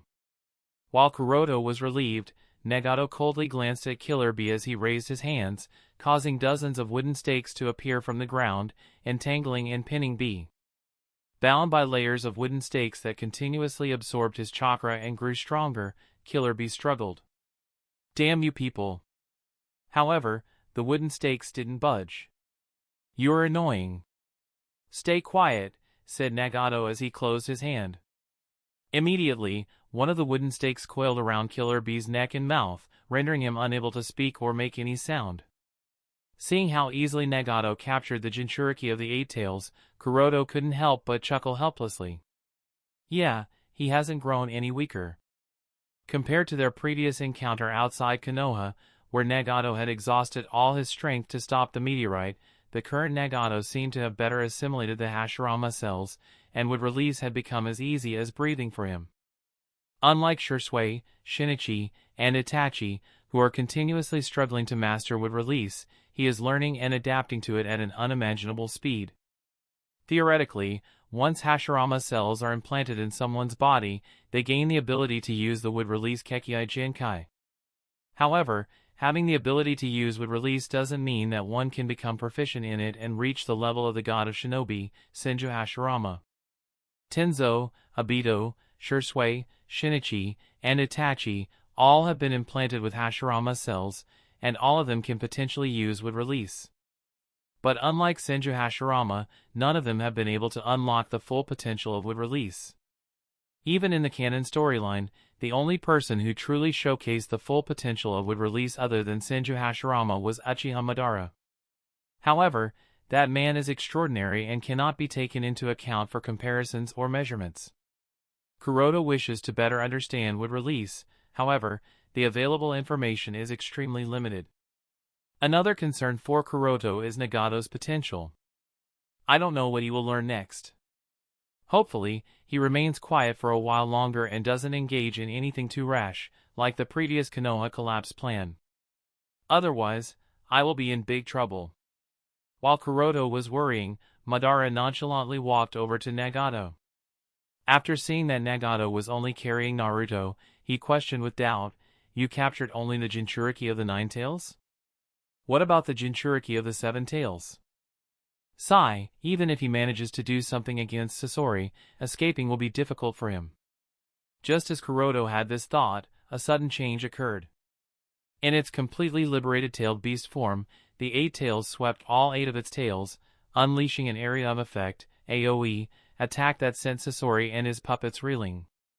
Seizing this opportunity, the 8 tails channeled its chakra to create a giant tailed beast bomb and launched it in the direction of Zetsu, Madara, and Curoto. Take this! Bakayaro Kanayaro.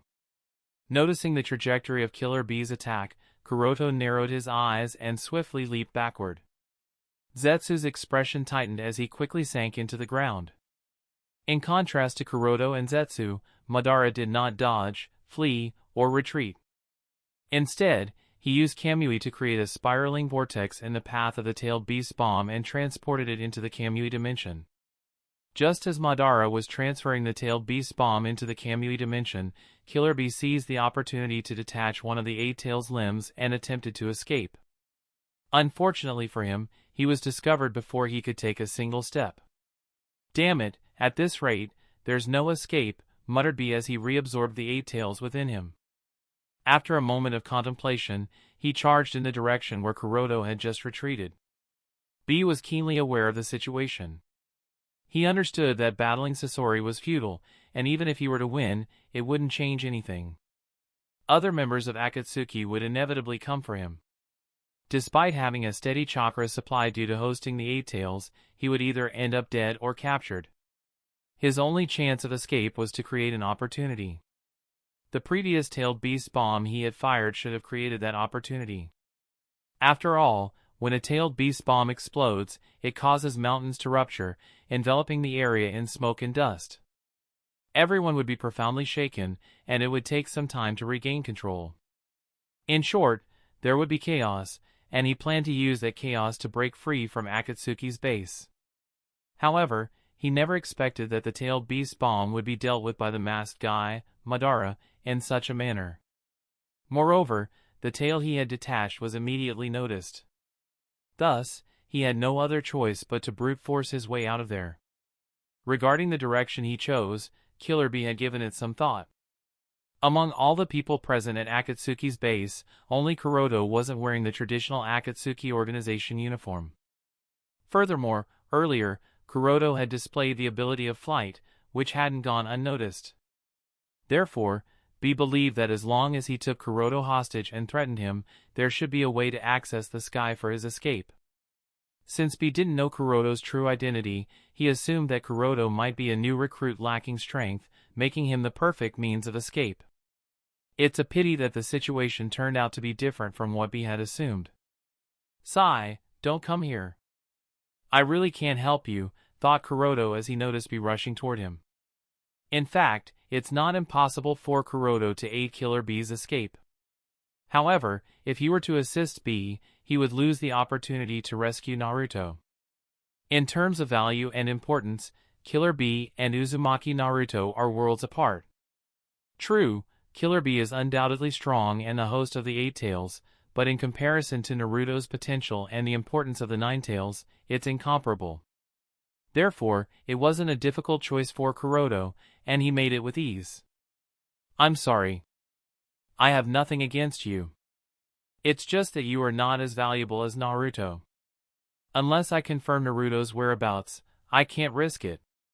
With this thought in mind, Curoto raised his right hand and decisively used Shinra Tensei on Bee. "If there's anyone you wish to blame, blame yourself."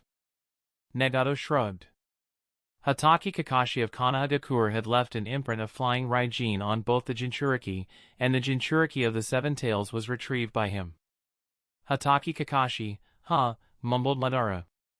No one knew what Madara was thinking. After a moment of silence, Madara questioned curiously, "And what did you do to prevent Hatake Kakashi from coming for this guy?" Nagato answered, "I just used Fuinjutsu to disturb the connection, so he shouldn't appear here. I am going to check it later and completely remove the flying Raijin mark from him." Madara nodded, "Yes, do that. If we were to directly seal the 9 tails inside the demonic statue of the outer path, the Fuinjutsu you applied will likely break, and that will give Hatake Kakashi." Nagato nodded, "I know." Hearing their discussion, Curoto walked over and, while pointing at Naruto, who was being held by Nagato, said casually, "If you want, I can remove the flying Raijin mark from his body immediately. This kind of thing is too easy for me. How about it? Want my help? You can remove it, mumbled Nagato in surprise.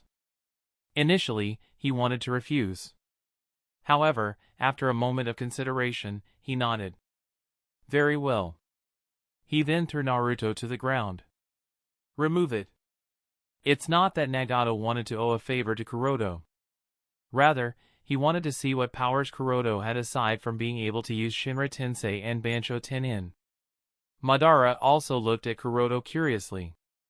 As Curoto crouched down next to the unconscious Naruto, he used the 360-degree vision of the Byakugan to mark everyone's positions, including Killer Bee's. He thought to himself, Kakashi, there will be only one chance, do not let it go to waste, no matter what. At the same time, inside the plane of consciousness of Uzumaki Naruto, while Uzumaki Naruto may have been unconscious, 3 people were watching everything unfold with different expressions. One of the 3 people is an extremely large Sundara fox with 9 tails, Kurama. If it were said that Curoto wasn't nervous about the current situation, it would be a lie. He is aware of the events happening in the shinobi world, at least to some extent, and has heard about Nagato, the one with the Rinnegan of the 6 paths, and Madara, the person Kurama hates the most. However, there is little to nothing he can do at this moment other than growl at the other 2 people who are also present in the plane of consciousness of Uzumaki Naruto. Minato. Kushina, there is still time. If you remove the seal and let me out, your son might be able to survive. But otherwise, he doesn't stand a chance. That's right, Kurama is speaking to none other than the Yondaime Hokage, Namikaze Minato, and Uzumaki Kushina. Hearing Ninetail's warning, tick marks appeared on Uzumaki Kushina's forehead as she shouted at him, our son will survive, no matter what. Although Kushina said so, she didn't have much confidence and stared at her husband, hoping that he would figure out a way for their son. Ah! Minato laughed nervously, then said, let's wait and watch a little more. If this person manages to remove the flying Raijin mark from Naruto's body, then the best option will be to remove the seal of the 9 tails. Kushina sighed. It seems there is no other option, huh? Minato held his wife's shoulder and reassured her with a sunny smile. Don't worry. I have a feeling that we won't have to resort to that. Things will work out one way or the other. Just have trust in Kakashi and the others. I am sure there are people doing everything they can to rescue our son. If you say so, nodded Kushina. Truth be told, she didn't have much hope. Chapter 928, Attempting a Rescue. Arriving beside Naruto, Curoto took the opportunity to confirm the positions of all the members of the Akatsuki while analyzing the flying Raijin mark on Naruto's body. The one who possesses the greatest danger is undoubtedly Nagato, and Curoto needs to pay special attention to him as he is standing only a few steps away. Moreover, because the Rinnegan has the ability to suck the souls out of bodies, Curoto has to make sure that he does not give Nagato the opportunity to suck or damage his soul, as that would be very dangerous. As for the other members of the Akatsuki, none except Madara possess any danger. Although they can damage the puppet body, they cannot hurt his soul, so Curoto is not worried about them. After he had analyzed the flying Raijin mark on Naruto's body, Curoto looked at Nagato and said, I need to remove the isolation barrier you have put up before I can work on the flying Raijin mark on his body. Go on, nodded Nagato. At this time, Madara also moved a little closer. He wanted to take a closer look at how Curoto removes the flying Raijin mark from Uzumaki Naruto's body. Of course, this is not the only reason, he is also on guard against any errors made by Curoto. After all, the tailed beast sealed inside Naruto's body is the 9 tails, and Madara doesn't want any errors after they have gone through all this trouble to finally capture the Jinchuriki of the 9 tails. Curoto adjusted his posture, and then, under the watchful eyes of all the members of Akatsuki, he grabbed Naruto. Immediately after removing the isolation barrier set by Nagato, he threw Naruto toward Killer Bee, who was restrained by the wooden stakes. You? All the members of the Akatsuki were taken aback. They couldn't quite understand the reason why Curoto threw Naruto toward Killer Bee, who was restrained by Nagato's would-release jutsu. Only Nagato, Madara, and Conan, who were the closest, noticed that the isolation barrier on Uzumaki Naruto's body had been removed, which means that it would be possible for Hatake Kakashi to come here using the flying Raijin jutsu. After a moment of hesitation, Nagato raised his arm toward Naruto and Killer Bee and used Bancho Tenin, and Madara disappeared inside the Kamui space. Seeing Nagato raise his arm toward Naruto and Killer Bee, Curoto immediately used Shinra Tensei on Nagato at the puppet's maximum power. The attractive and repulsive forces of Bancho Tenin and Shinra Tensei intertwined, distorting the space and squeezing the air, resulting in a large explosion. Boom! The explosion generated a powerful impact, creating an invisible shockwave that sent Curoto and Nagato flying in opposite directions. Just as Nagato and Curoto were sent flying in opposite directions, suddenly, with a silver flash, a figure appeared beside Naruto. Undoubtedly, this person is none other than Hatake Kakashi, who had been constantly trying to sense the position of Naruto as per Godame Hokage's order. The moment he could pinpoint Naruto's exact position, without any hesitation, he used the flying Raijin and appeared here. Seeing that Kakashi had arrived beside Naruto and Killer Bee, Curoto smiled and prepared to evacuate. That's Hatake Kakashi. What is he doing here? Damn it. He must have come using the flying Raijin jutsu. Kakashi's sudden arrival did not go unnoticed. All the surrounding members of Akatsuki immediately reacted and acted against him. The person closest to Kakashi is Sasori, who is more than 20 meters away from him. As for the other members, they are at a greater distance. Normally, this distance of 20 meters or so is nothing for shinobi of their level. However, when competing against the flying Raijin, it's enough for several teleportations. Therefore, it's kind of obvious that they wouldn't be able to stop Kakashi, at least, that's what Curoto expected. However, his expectations were betrayed. The scene he expected to see, in which Kakashi used the flying Raijin jutsu to instantly take away both Naruto and Killer Bee, did not happen. Instead, Kakashi staggered after landing and almost collapsed. What? The smile on his face froze. The surrounding members of Akatsuki were also surprised, and without any hesitation, they all rushed at Kakashi. Damn it! Cursed Kakashi as he tried to get up. The moment he was able to pinpoint the exact location of Naruto, Curoto realized that the distance was too far. But this was a race against time, and not caring about the consumption of chakra, he immediately activated the flying Raijin jutsu. Flying Raijin jutsu has a very large chakra consumption, and this chakra consumption increases as the distance increases. That's why, for crossing a country, more than 70% of his chakra was drained. Getting his grip and suppressing his dizziness, Kakashi looked around. As he had expected, all the powerful enemies were coming toward him. However, what he did not expect was that beside Naruto, Killer Bee was also present. Was the Jinchuriki of Eight Tails also captured? Thought Kakashi. But now is obviously not the time to explore what the Jinchuriki of Eight Tails is doing here. The most important thing now is to rescue both Naruto and Killer Bee. In fact, this is a very good opportunity, so Kakashi gritted his teeth and put his hands on Naruto and Killer Bee as he prepared to teleport using the flying Raijin jutsu. However, what happened next was something Kakashi hadn't expected. What? Because of Kakashi's momentary dizziness, Nagato was able to get his grip, and he used would release to extend vines out of the wooden stakes that entangled Killer Bee. The vines also entangled Kakashi's hand and threw him toward the other Akatsuki members. 10-finger drilling bullets. At the same time, Kagaya Takashi fired 10 bone bullets made up of bones in the direction Kakashi was thrown by Nagato's vines. Sasori wasn't to be outdone as he quickly took out his Hiriko puppet and controlled it to attack Kakashi. Why did he have to stumble at that moment? Screamed Curoto in his mind as he saw Kakashi fail to retreat with Naruto and Killer Bee. This was the best opportunity to rescue both of them.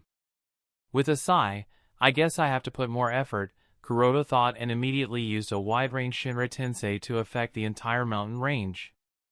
Boom! With Curoto at the center, a wide-range repulsive force swept in every direction. Whether people, things, or air, everything flew across a large distance.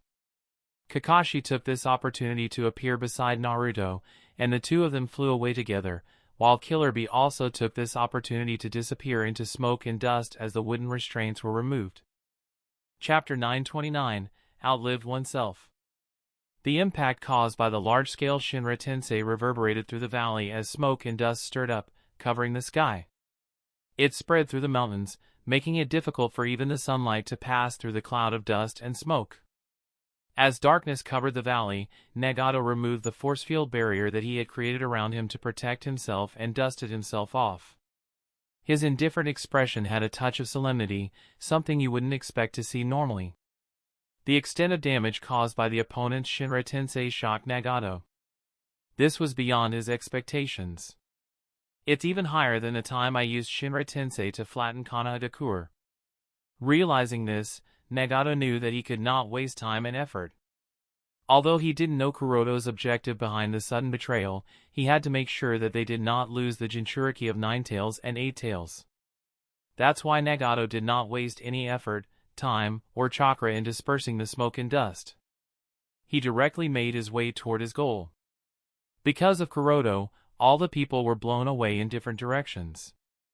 Some were even sent several miles away.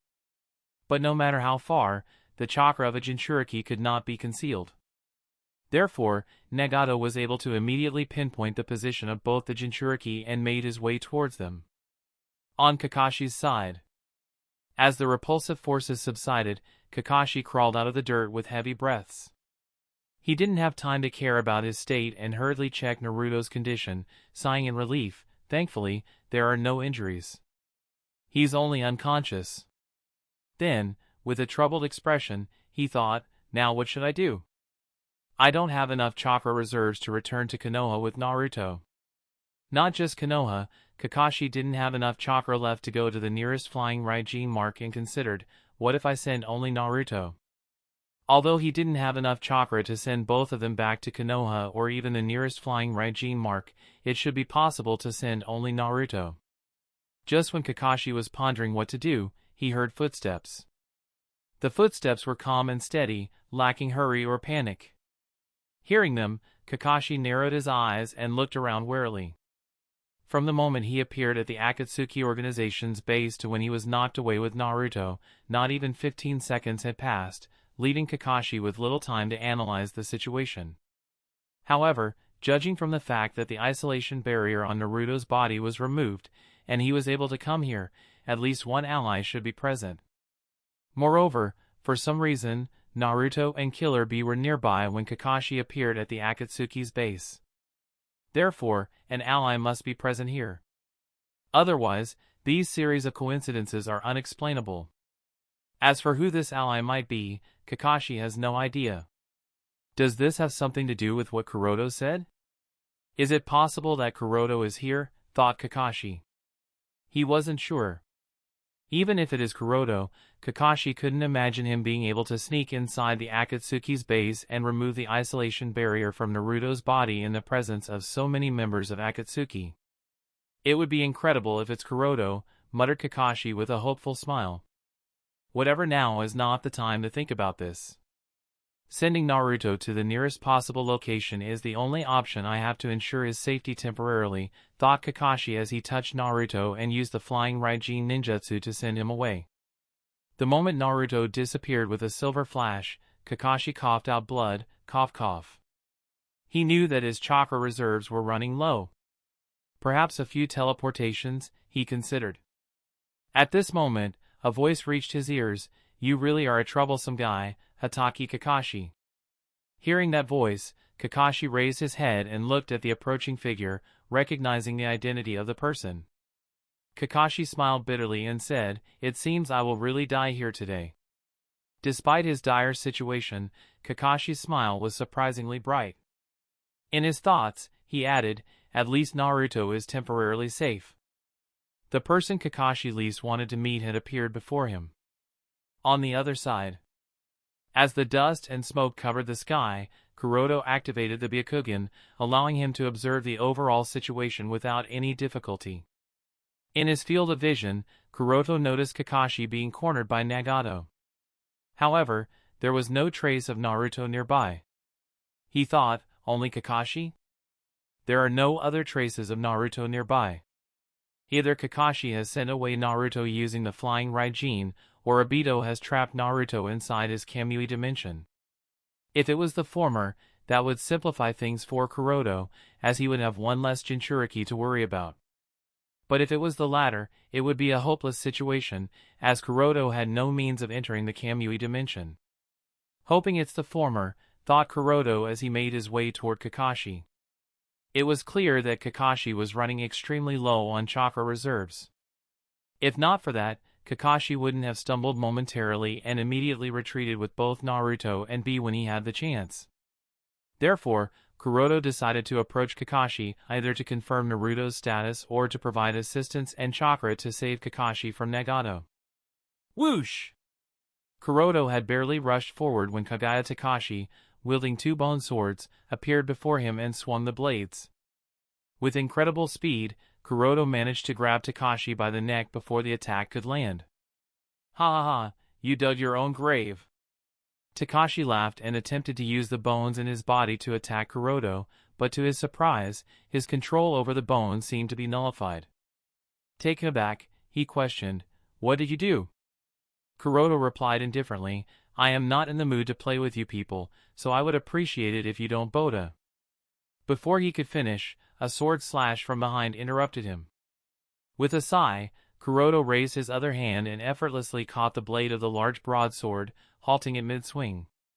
He nonchalantly identified his attacker, Biwa Juzo. Huh? Juzo's pupil shrank as he exclaimed, "What the?" He was taken aback to discover that his Kubikuribocho didn't budge at all. Not only did it fail to move forward, but he also couldn't retract it or retreat. Sigh, I already told you. I'm not in the mood to fight with you people, and you all still got in my way, Curoto remarked with a sigh. He crushed Takashi's neck and Kubikuribocho by exerting additional strength in both his arms. Kagaya Takashi immediately met his demise with a choked exclamation, and Kubikuribocho shattered into multiple fragments with tremendous force, scattering in various directions. Some fragments of Kubikuribocho pierced through Juzo's head and chest, resulting in his demise as well. Surveying the two deceased members, Curoto sighed, "Both of you have long exceeded your life's worth. It's time for you to move to the Pure Land and find peace in the afterlife." Leading these words, Curoto once again moved forward. Chapter 930, Saving Kakashi. Kakashi's side. Kakashi's current predicament is truly dire. While he successfully sent Naruto away, ensuring his temporary safety, his own life is now hanging by a thread. His actions in saving not only Fu but also Naruto have incensed Nagato. All the meticulous planning by the Akatsuki organization to capture all the Jinchuriki without confronting the Amatsukami has been in vain due to Kakashi and his flying Raijin Jutsu. Consequently, Nagato has no intention of sparing his life. Dealing with one Amatsukami is already a daunting task, and now there's Kakashi with his flying Raijin Jutsu to contend with. Kakashi has made valiant efforts to evade Nagato's relentless pursuit, but every attempt has been futile. His body is now covered in severe scars and injuries, severely limiting his mobility. To make matters worse, a black rod has been implanted in his leg, through which Nagato transmits his chakra, disrupting Kakashi's own chakra and rendering him incapable of using even the most basic body transformation jutsu, let alone something as complex as the flying Raijin or any other ninjutsu. Kakashi's attempt to pull out the black rod from his leg ended in failure. The moment his hand made contact with it, his body convulsed, and he lost all his strength, collapsing to the ground. Frustrated, he cursed under his breath, "Damn it, is this the end for me?" Kakashi understood the gravity of his situation. If he couldn't remove the black rod lodged in his leg, Nagato would swiftly locate him, as these black rods acted as chakra receivers, allowing Nagato to pinpoint their locations. Trapped in enemy territory, isolated, and devoid of any remaining chakra reserves, Kakashi knew that his current predicament was dead-end. However, he didn't succumb to fear. As he felt his strength waning along with his lifeblood, he sighed softly, at least, I managed to save Naruto. While Naruto might awaken in an unfamiliar place with no easy means for anyone in Konoha to locate him, Kakashi wasn't overly concerned. He held faith in Naruto's resourcefulness, believing that he would find a way to endure until help arrived. Kakashi's words abruptly halted as he sensed someone rapidly approaching him through the cloud of dust and smoke. Although the obscurity made it challenging to identify the person, the pace of their approach left Kakashi with a strong conviction. He thought, shouldn't be Nagato. In that case, if I can take one member of Akatsuki with me to the grave, that would help out Konoha a lot. Such a grim thought crossed his mind as he hurriedly reached into his shinobi bag. Whoosh! In the blink of an eye, the approaching figure burst through the veil of dust and smoke, revealing themselves before Kakashi with incredible speed. Found you, Kakashi. The newcomer was none other than Curoto, who had hastened to Kakashi after dealing with Kagaya Takashi and Biwa Juzo. Upon reaching Kakashi, Curoto noticed the black rod lodged in his leg. He deduced, I see, it makes sense why Kakashi's chakra suddenly became so distorted. Without wasting a moment, Curoto increased his speed and, upon arriving beside Kakashi, acted swiftly. He didn't bother with explanations and immediately bent down to remove the black rod from Kakashi's body, tossing it far away. Simultaneously with Curoto removing the black rod from Kakashi's leg, he felt a kunai piercing his chest. The removal of the black rod meant that Kakashi's chakra was no longer disrupted, causing kunai's blade to be enveloped in lightning as it penetrated through the puppet body's chest. Wah! Curoto exclaimed in shock. You? Kakashi cried out in surprise. Both parties were caught off guard by the unexpected actions of the other. Curoto hadn't anticipated Kakashi's swift attack and was relieved that this was just a puppet. He thought, thankfully, this is just a puppet. I don't know what might have happened if this wasn't a puppet. His guard had been lowered due to Kakashi's identity. Kakashi, on the other hand, was equally surprised. He had never expected assistance from a member of the Akatsuki organization and wondered, is he the ally? But considering Asuma's report, Kakashi's confusion led to his actions. After Asuma received medical treatment and regained his strength, he climbed to the top of the Hokage building to provide a detailed account of the attack and his injuries. His report confirmed that the attacker was Hyuga Aoki, a member of the Hyuga branch family who had disappeared from Konoha several months ago. The revelation that a branch family member had managed to evade the caged bird Juinjutsu, a technique used to control them, was shocking. Konoha's authorities began to consider the possibility that the Akatsuki organization had discovered a way to break the Juinjutsu's control over branch family members. When Kakashi recognized the approaching figure as Hyuga Aoki, he had no doubt that this person was not an ally. Without hesitation, he launched an attack, hoping to eliminate Hyuga Aoki and reduce the number of enemies the village had to contend with. Upon realizing that the figure approaching him might not be Hyuga Aoki, Kakashi urgently asked, "Who are you?" He had a strong suspicion that this person was not Aoki but someone else entirely. The puppet body resembling Aoki suggested that the one controlling it could be anyone, not necessarily the real Aoki. Kakashi's instincts led him to believe that perhaps the real Aoki had been killed and someone was assuming his identity for a specific purpose. Thus, he sought clarification, asking for the person's identity. Curoto, however, did not provide an answer. Instead, he maintained vigilance, keeping an eye out for any threats in their surroundings. He assisted Kakashi in standing and placed a hand on Kakashi's shoulder. Kakashi's curiosity grew as he felt a remarkably gentle and potent chakra entering his body. This chakra was unlike anything he had encountered during his decades as a shinobi. It surpassed even Tsunade's healing chakra in terms of comfort and effectiveness. Kakashi was taken aback and questioned Curoto with surprise, "What are you doing?" The unfolding situation left Kakashi perplexed. Based on the reports he had received, Hyuga Aoki or whoever was controlling the puppet had not only engaged in combat with multiple Konoha shinobi but had also killed many Umbu members and released Sattorii, leading to chaos and destruction in the village. Given these actions, it seemed highly unlikely that this person would come to his aid. Yet, the current circumstances directly contradicted that assumption. Kakashi couldn't help but wonder if there had been a falling out within the Akatsuki, leading to this unexpected turn of events. The reasons behind such a shift in allegiances remained a mystery to him. However, before Kakashi could make sense of the situation, another figure emerged from the dust and smoke, revealing Nagato's presence once more.